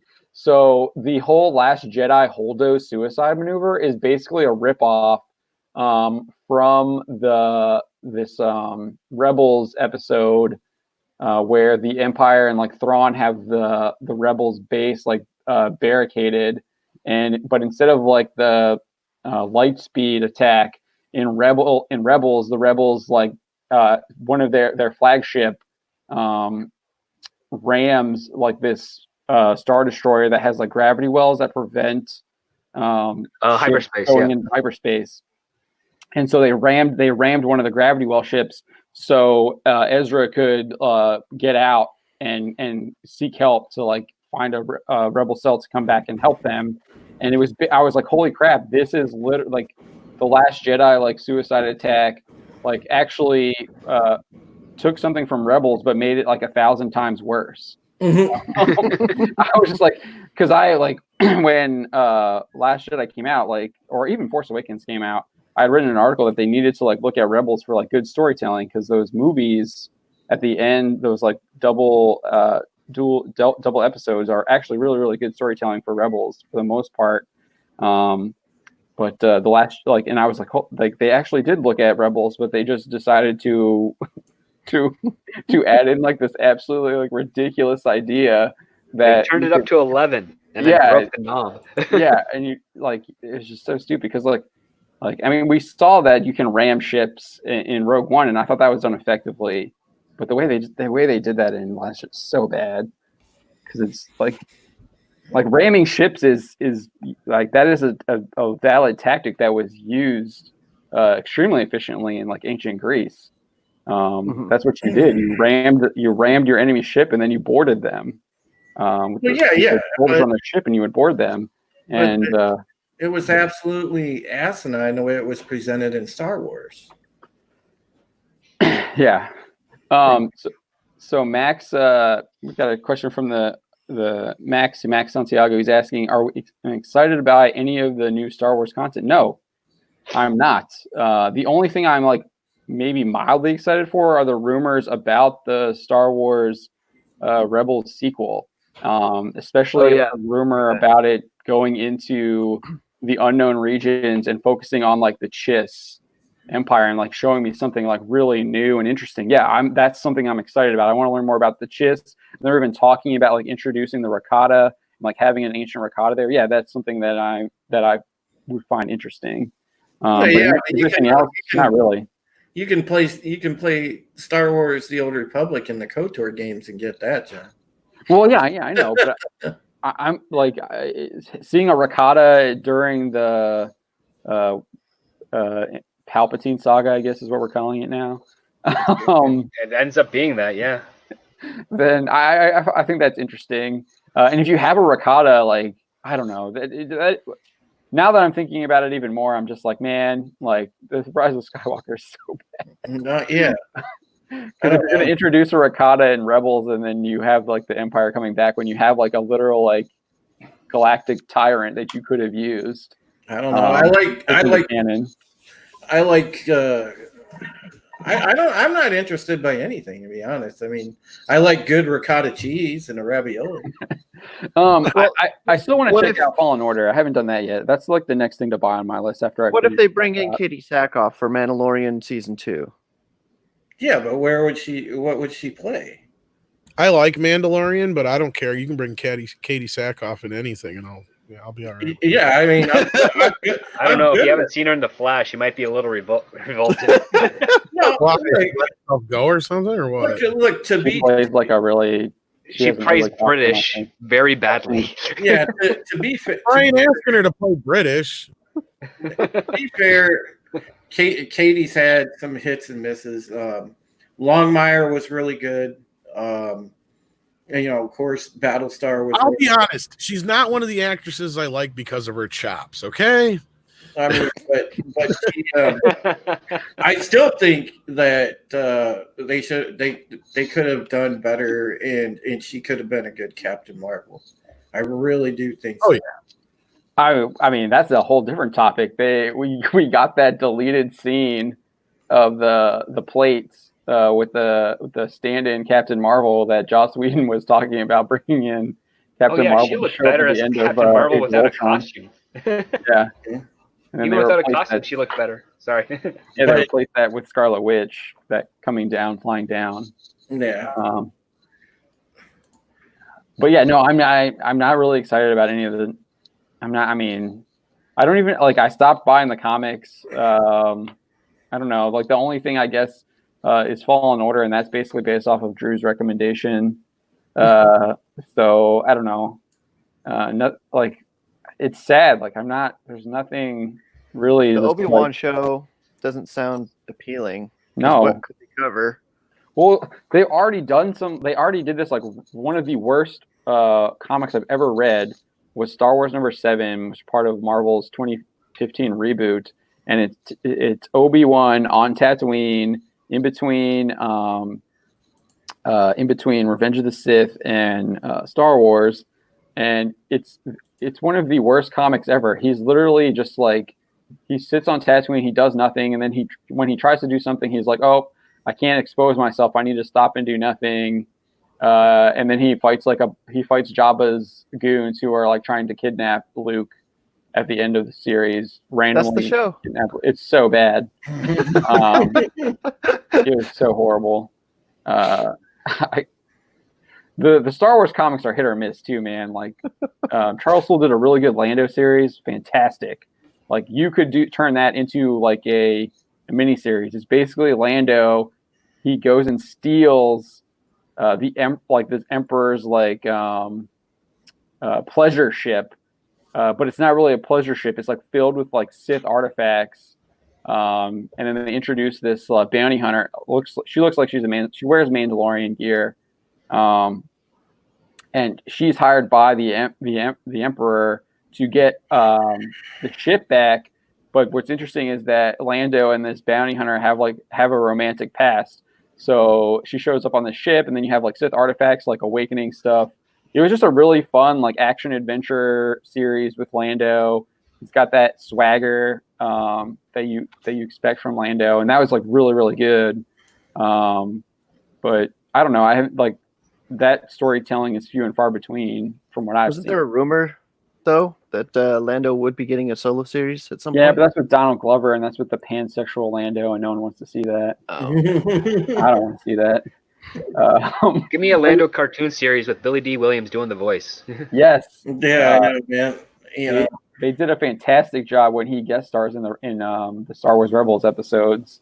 Like he still has it. I mean, he had it in the Rise of Skywalker. He was like the only good thing in the Rise of Skywalker. Yeah, he still has a youthful voice. When he eats smooth. Cool. Yeah.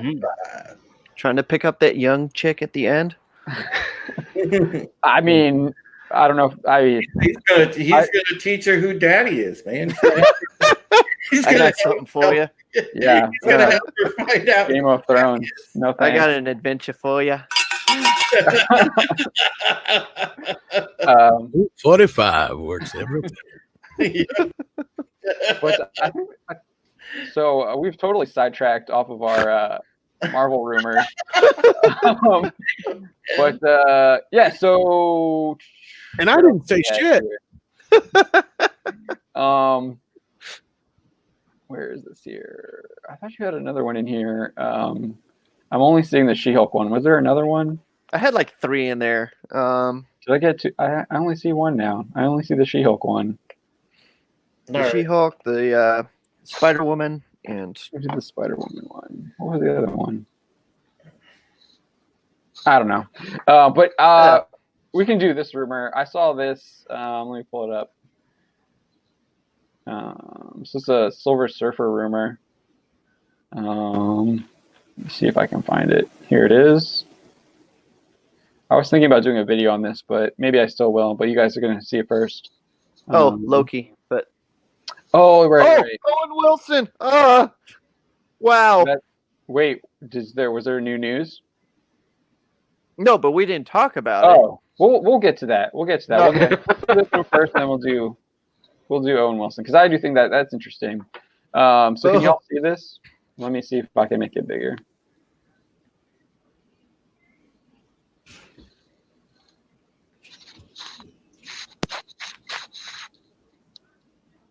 All right, my computer is going really slow right now. Maybe I got like 40,000 tabs open.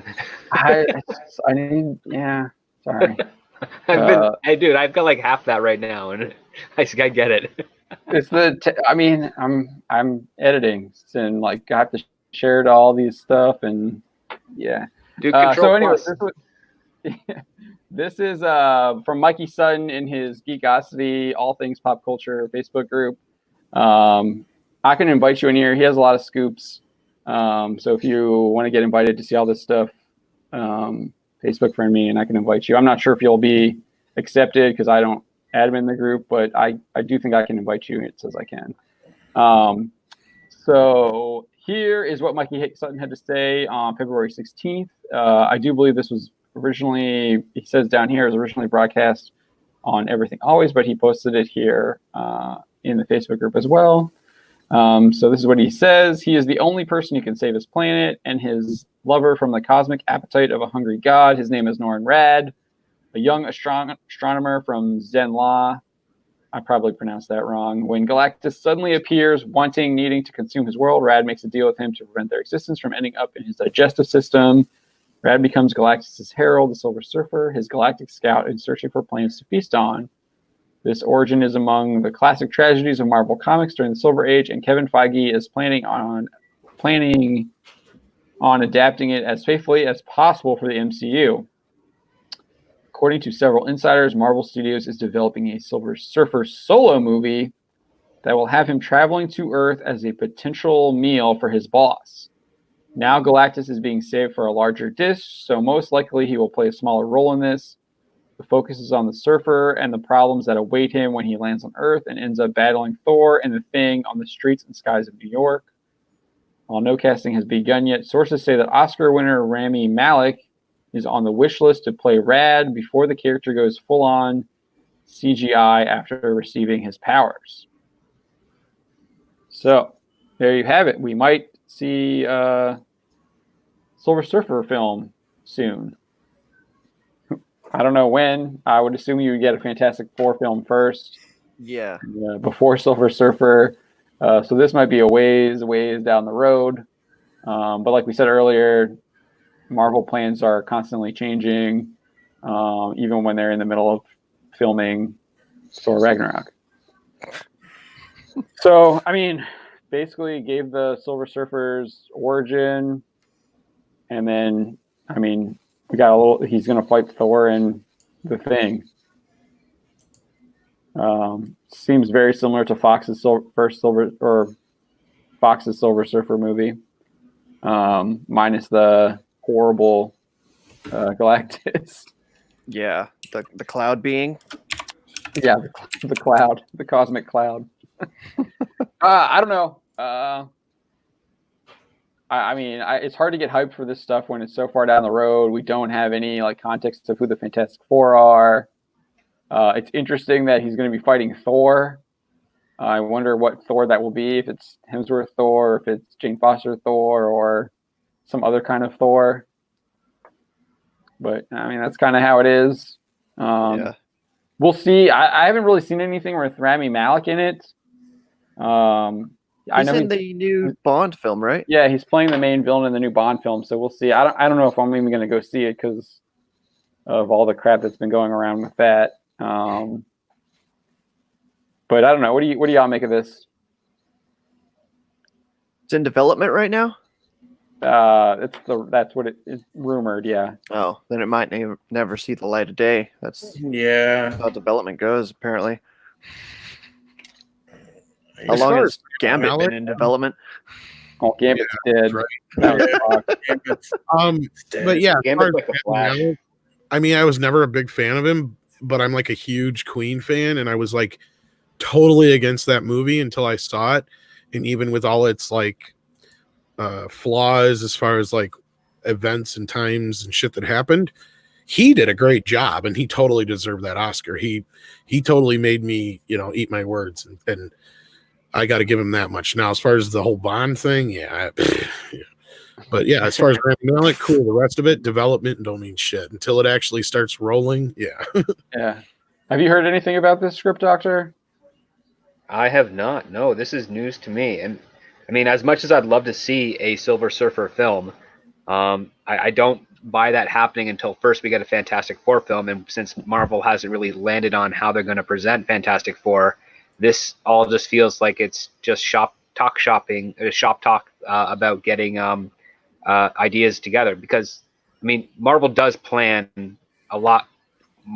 Many years ahead of what we actually see. Like even the stuff that they presented at Comic-Con recently for their Phase 4, that's only the stuff that they liked by the time they've been working on that for like 6 or 7 years. Like almost as soon as they got Avengers out, they started planning all these phases and everything, and just started ticking off what they want to do. So I would not be surprised if they have part of their story group saying, okay, let's just write a couple of story ideas for a Silver Surfer thing, and then we'll take those over to the team that's writing the Fantastic Four thing, and whatever ones match up that look good, then we'll start putting those into pre-production, and that could take 2 years or so, and who knows. But Yeah, and then I mean, I'm not going to hold my breath on this yet. Yeah, a movie could also turn into a Disney Plus series now at this or point. vice versa. Yeah, which we saw with Kenobi, and there's rumors that it's going back to a movie too.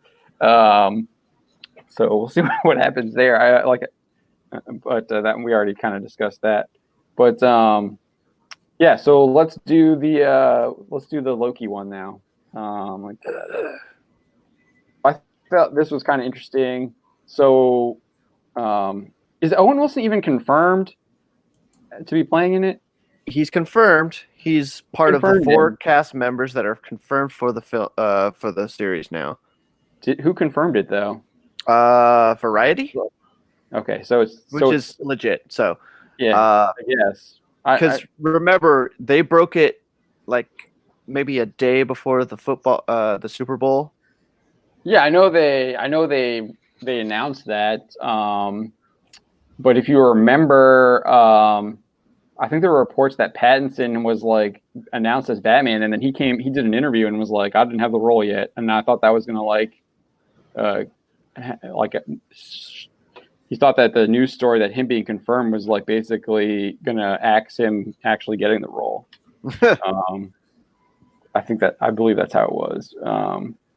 But yeah, so let's get into this. So we got a Loki theory. This is from Charles Murphy.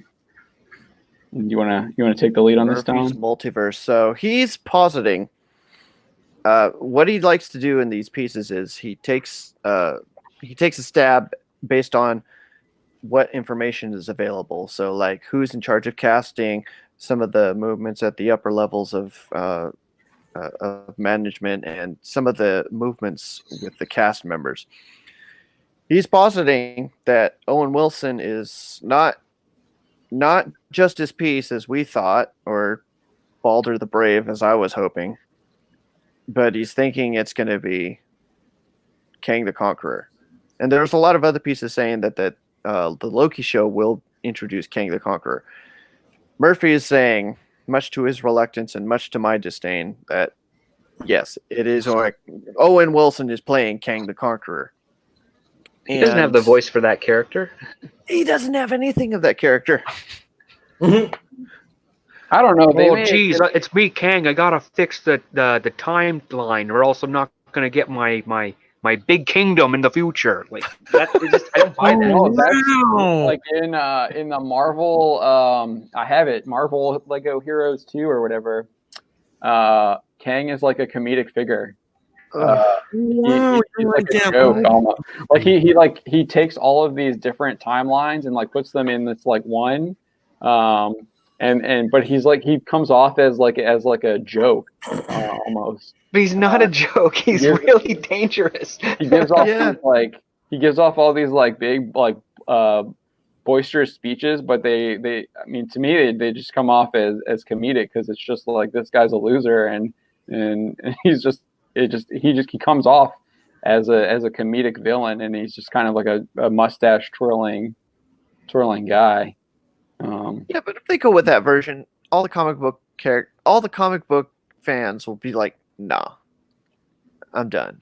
I'm with it'd you. be like Banks Kingsley's Mandarin take. I'm with you on that. I'm totally with you on that. But I mean I'm just saying that they had like they're already doing it in the video games where he's kind of a comedic villain. Just because it exists doesn't mean it should have been done. I agree with you. I mean, look at Birds of Prey. Anyway, so yeah, that's the and he's basing it off of the fact that Owen Wilson, the character he's playing, it would be a big spoiler if it was ever exposed. Right. And him playing Justice Peace is not a big spoiler, but if he was taking on that huge role, that's a definite spoiler. Yeah, so first off, there's a rumor again from Daniel RPK, that said that Kang will be introduced in the Loki series. Mhm. And then I don't know anything about this. This was kind of new to me. There's a production company titled Limbo Production One LLC, and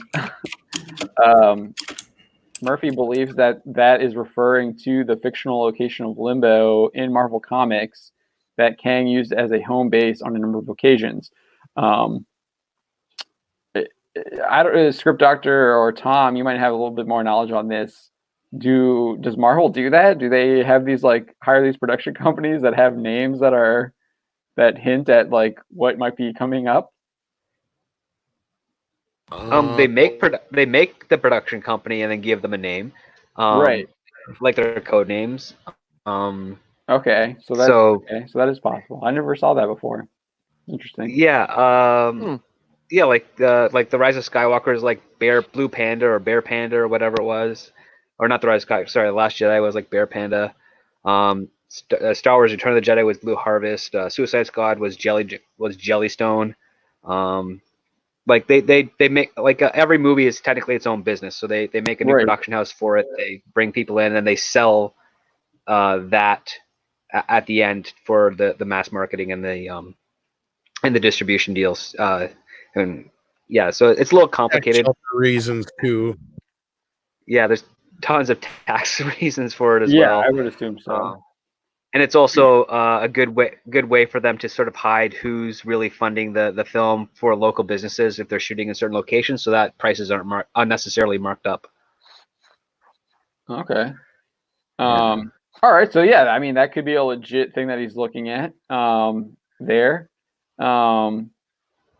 So one of the things I thought that was interesting he didn't include, and I'm not really seeing anyone talking about it anymore, is that city that we saw in Ant-Man in the quantum realm.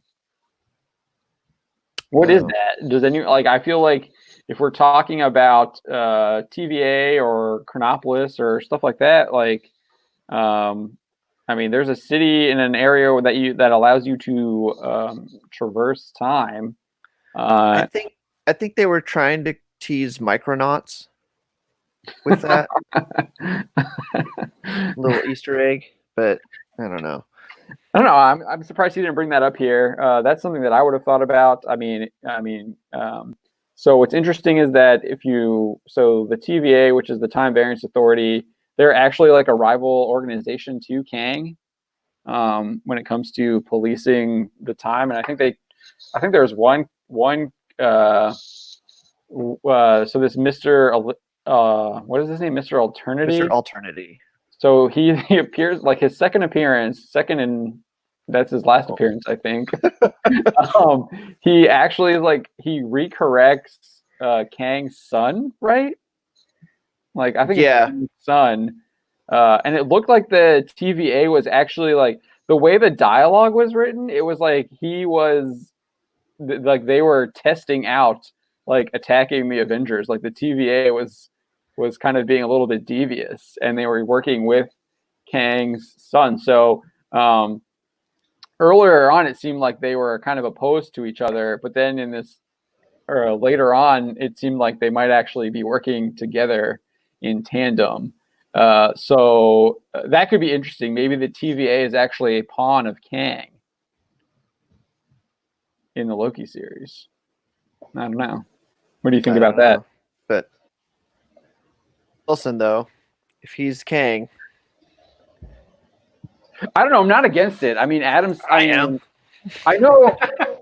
I'm not like completely against it. Adam Sandler, like, I haven't like Adam Sandler killed it in the Uncut Gems. Apparently, I haven't seen it, but I don't know. That's what people were praising his work in that.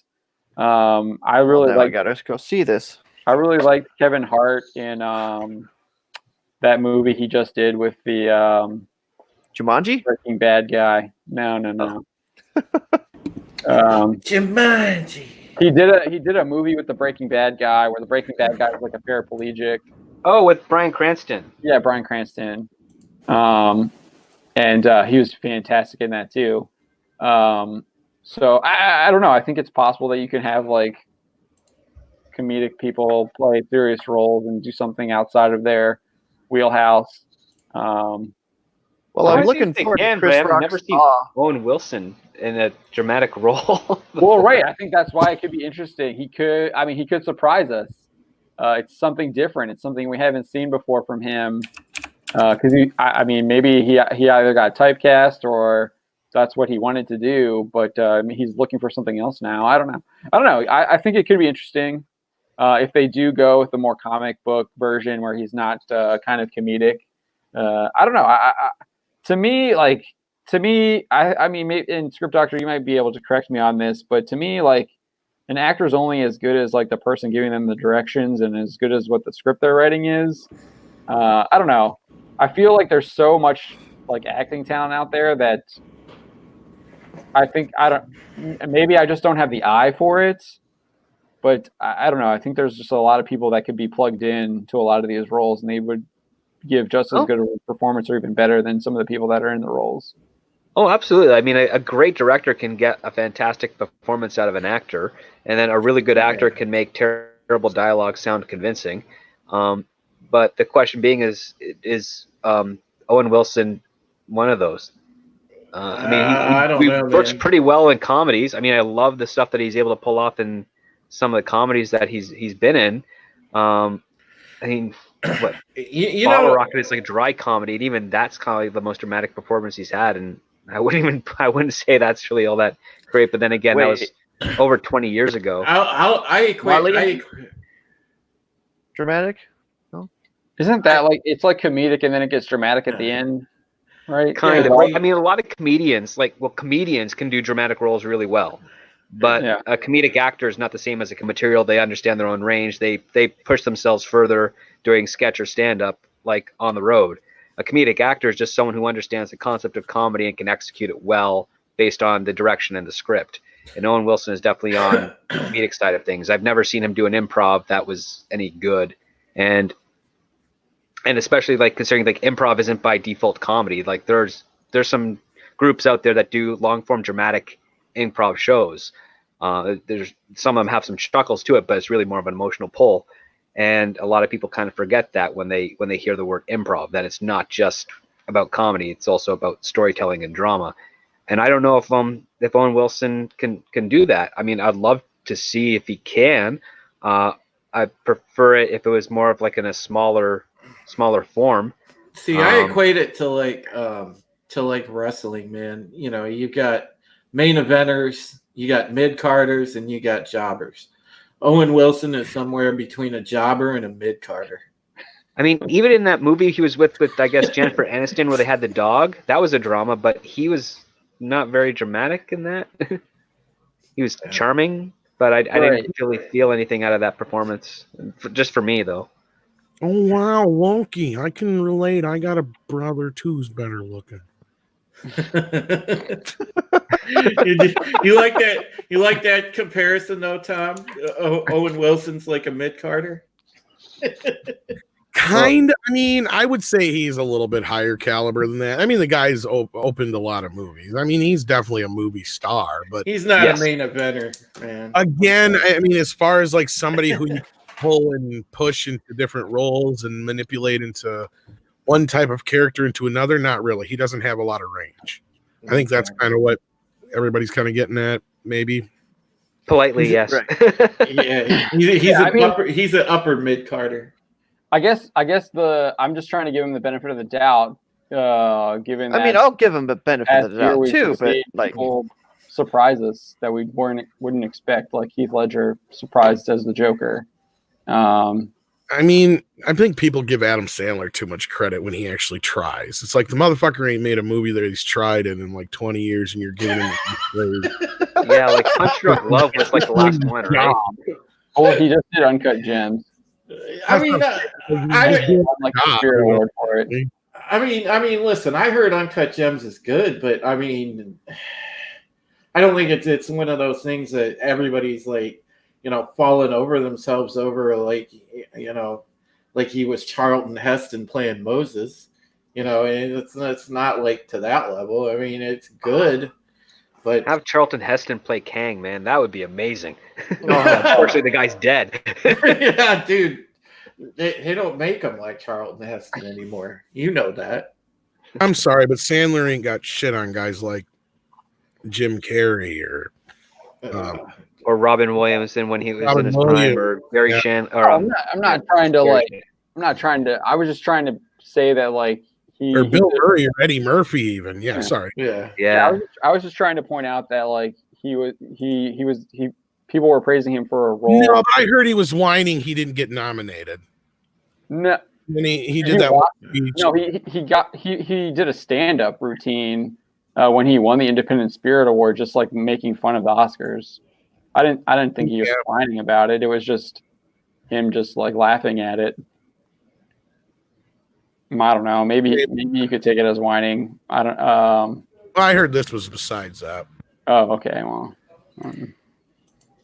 Yeah, I never heard that Sandler ever wanted an Academy Award though. But yeah, I mean, actors can be petty, so wouldn't surprise me. But man, maybe his times have changed. I wasn't trying to say that like he's the best actor in the world. I was just trying to say he can surprise you when he's not doing his. Oh yeah. Oh, I mean, depending on what angle they're taking Kang in, I mean, I'm willing to watch it. I'm not gonna say no, screw this. I'm saving my money, not just because of that. Like, it's not an offensive casting choice if you're a Krang. It's just a perplexing one. Yeah, I definitely can see that. Yeah. But again, this is just a rumor, or this isn't even a rumor. This is a theory. So it's not really. There's no confirmation here. It's complete speculation. No, I'd be more surprised. I'd be less surprised if Owen Wilson ended up being like Adam Savage. No, Adam Warlock. Sorry, than Kang. Like, okay, I will. No, he cannot be Adam Warlock. That is an absolute no. You're good with Kang the Conqueror, but if he's Adam Warlock, just on like an appearance wise, like he's got the hair, he's got the frame. He could be. His nose is all messed up, man. He's supposed to be like a perfect human. They can fix that with CGI. We need. No, get Luke Wilson to play Adam Warlock. Well, we need Tommy Wiseau in an MCU movie. No, the reason why I'm Wilson playing Adam Warlock is because Adam Warlock is supposed to be like the perfect like human. Yeah, and Owen Wilson is not, objectively speaking. All right. Never seen him in Zoolander? Yeah. No, I think he lost. There you go. Yeah. No, we'll just get Ben Stiller instead. Yeah, I think Too short. I think he lost the what did they call it? The face off or whatever, the walk off, dance off or whatever it is, the runway walk. Not only The that, runway off the- I mean, you said it was for the voice anyway. It's not like he's going to play the part, right? No, Yeah. there's the speculation is that he would be Kang. Oh, I thought it was just a voice. No. This guy's speculating that Wilson is going to be Kang. Obviously, if he's wearing the suit, you're not going to see his face. Exactly. Well, they might Then keep the why nose him? because that does look kind of Kangish. Yeah. I don't know. I don't buy it. It doesn't bring it to the MCU. It feels very odd, yeah. Like I'm perplexed by that pick, but Or if he's who up knows? for something, it's not for that part. It's for something else. Yeah. Well, I mean, what other spoilery part could there be? I Tells mean, you with the TVA. who knows? We have no idea what's going on. Like the only thing we know about Loki is that he's wearing that TVA like jumpsuit, and he's going to be traveling through time. I mean, it could be. I mean, like you said, you said he could be Baldur the Brave. What other? He could be Siegfried, Thor's son. I mean, I don't know. I feel like there's a lot of focus on the Time Variance Authority when it comes to like this casting speculation, where because that's all we've seen, but there's obviously like they could do a lot more stuff with that. That Well, we might not even be thinking about. yeah. Well, what we were saying before, kind of the thing with Owen Wilson is you don't really cast him in things that he'll mold into. You just cast him in roles that he fits in. You know, I don't see him have, unless he's got some magic acting ability that we've never seen before. Like really, like I mean, think of one Owen Wilson movie where he's played anything that was out of the Owen Wilson bubble, where it wasn't pretty much the same damn character almost through every movie. Even Cars. He's Owen Wilson in Cars. He plays Lightning McQueen right? was just Owen Wilson with wheels. He's just Owen Wilson in a car. There's a car. He's just there. I mean, he doesn't. I don't hate him by any means. It's just, I mean, outside of Zoolander, which I didn't care for, which is probably the most range he showed in a movie to this point, if you stop and think about it. No, Wedding Crashers. He had Wedding Crashers. He was A-list at that time. Yeah. Well, then he's still playing the Owen Wilson guy. Oh yeah. I mean, I think that's the epitome of the Owen Wilson guy. That's what movie. I'm saying. He's kind of there. You don't put him. You don't like cast him as the Joker or as some other character that just he's not going to fit into that role. I don't see King the Conqueror as Owen. I don't equate the two. It doesn't work. I'm gonna butcher his name. Palahniuk says that Owen Wilson might be the model that the Time Variant Agency uses as their clones. Oh, the chrono monitors. So like every time they get out of the cloning machine, they get hit in the face by accident, and they have the same nose. Ow. It's just like a running gag after one's killed. Ow. Damn it! Every time.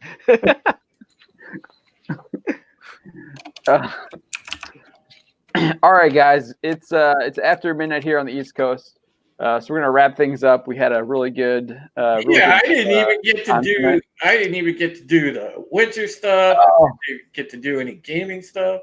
We'll get those stories up tomorrow, man. It was really good. This was a really good Bounding Live session. Yeah, so those of you out in the chat, go to the Bounding into Comics tomorrow, and you can find my stories on the new Rainbow Six stuff that's coming out for season 5. You can find out the new characters that are coming to season 2 of The Witcher, which will be a good story, and who's returning in season 2 of The Witcher also is in that article. And then don't forget, tomorrow is the Pegasus Actual Podcast on my channel, as we are doing our Battlestar Galactica retro review.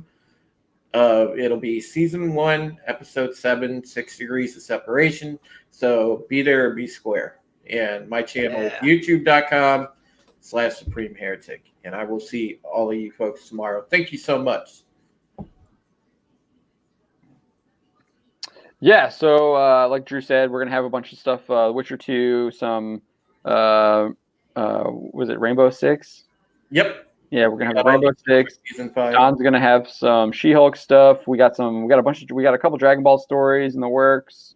I think we'll have some more DC stuff. We'll have a Catwoman story.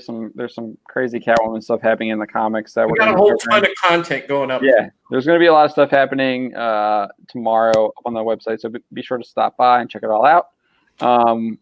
If you are new to joining us, we do this every Wednesday night at 9 p.m. Eastern, Bounding Live, where I'm joined by my co-hosts, Drew Taylor, Donald Edmonds. Usually we have Philip Pratt here as well, but he was unable to join us tonight.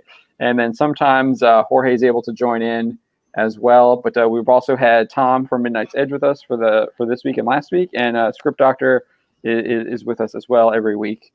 So we're looking forward to having Tom back again sometime in the future, and maybe we'll make it a weekly thing. We'll see.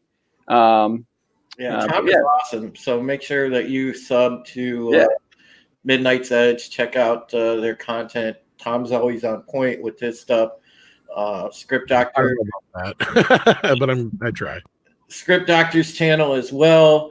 He's always got interesting reviews up of current television and movies. I know he's been doing some Picard stuff lately, right, SD? And you've got you should have episode 4 up, I believe.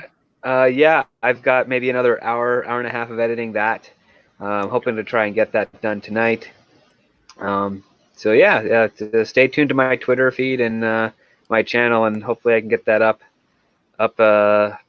no later than tomorrow afternoon, depending on how long it takes to render. And of course, the great Donald Edmonds. He's our main eventer. I am.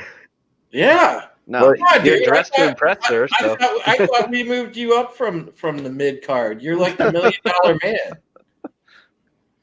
But no, you can see my stuff on Bounding into Comics. I'm trying to keep my ear close to the ground for any kind of rumors, theories, speculations that are out there for the upcoming Marvel shows and films.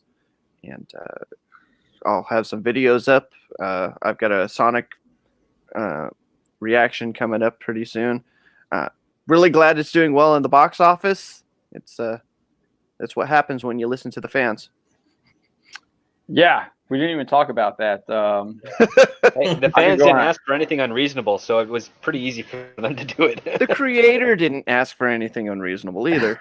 Yeah, he was happy. Can it look like what I made? John, really quick, I got one last thing before we sign off, and that is everybody's cordially invited on the 22nd on Saturday. I will do a stream. It's going to be my birthday. If you feel like stopping by my channel, saying what's up, popping in, saying happy birthday, it'd be much appreciated to have you guys as company. I'm going to probably do like a combo stream. We'll do a little bit of like panel stuff like we're doing here. I'll probably do some game streaming that day. So I have stuff going on all day. So stop on by the channel. It'd be much definitely check that out. Yep. I'm looking forward to that. Well, thank you everyone for joining us. Every Wednesday at 9 p.m. Eastern. So if you haven't already, please subscribe and join us next Wednesday. And we'll see you then. Have a good one. Bye, everyone. Good night. Thanks for watching.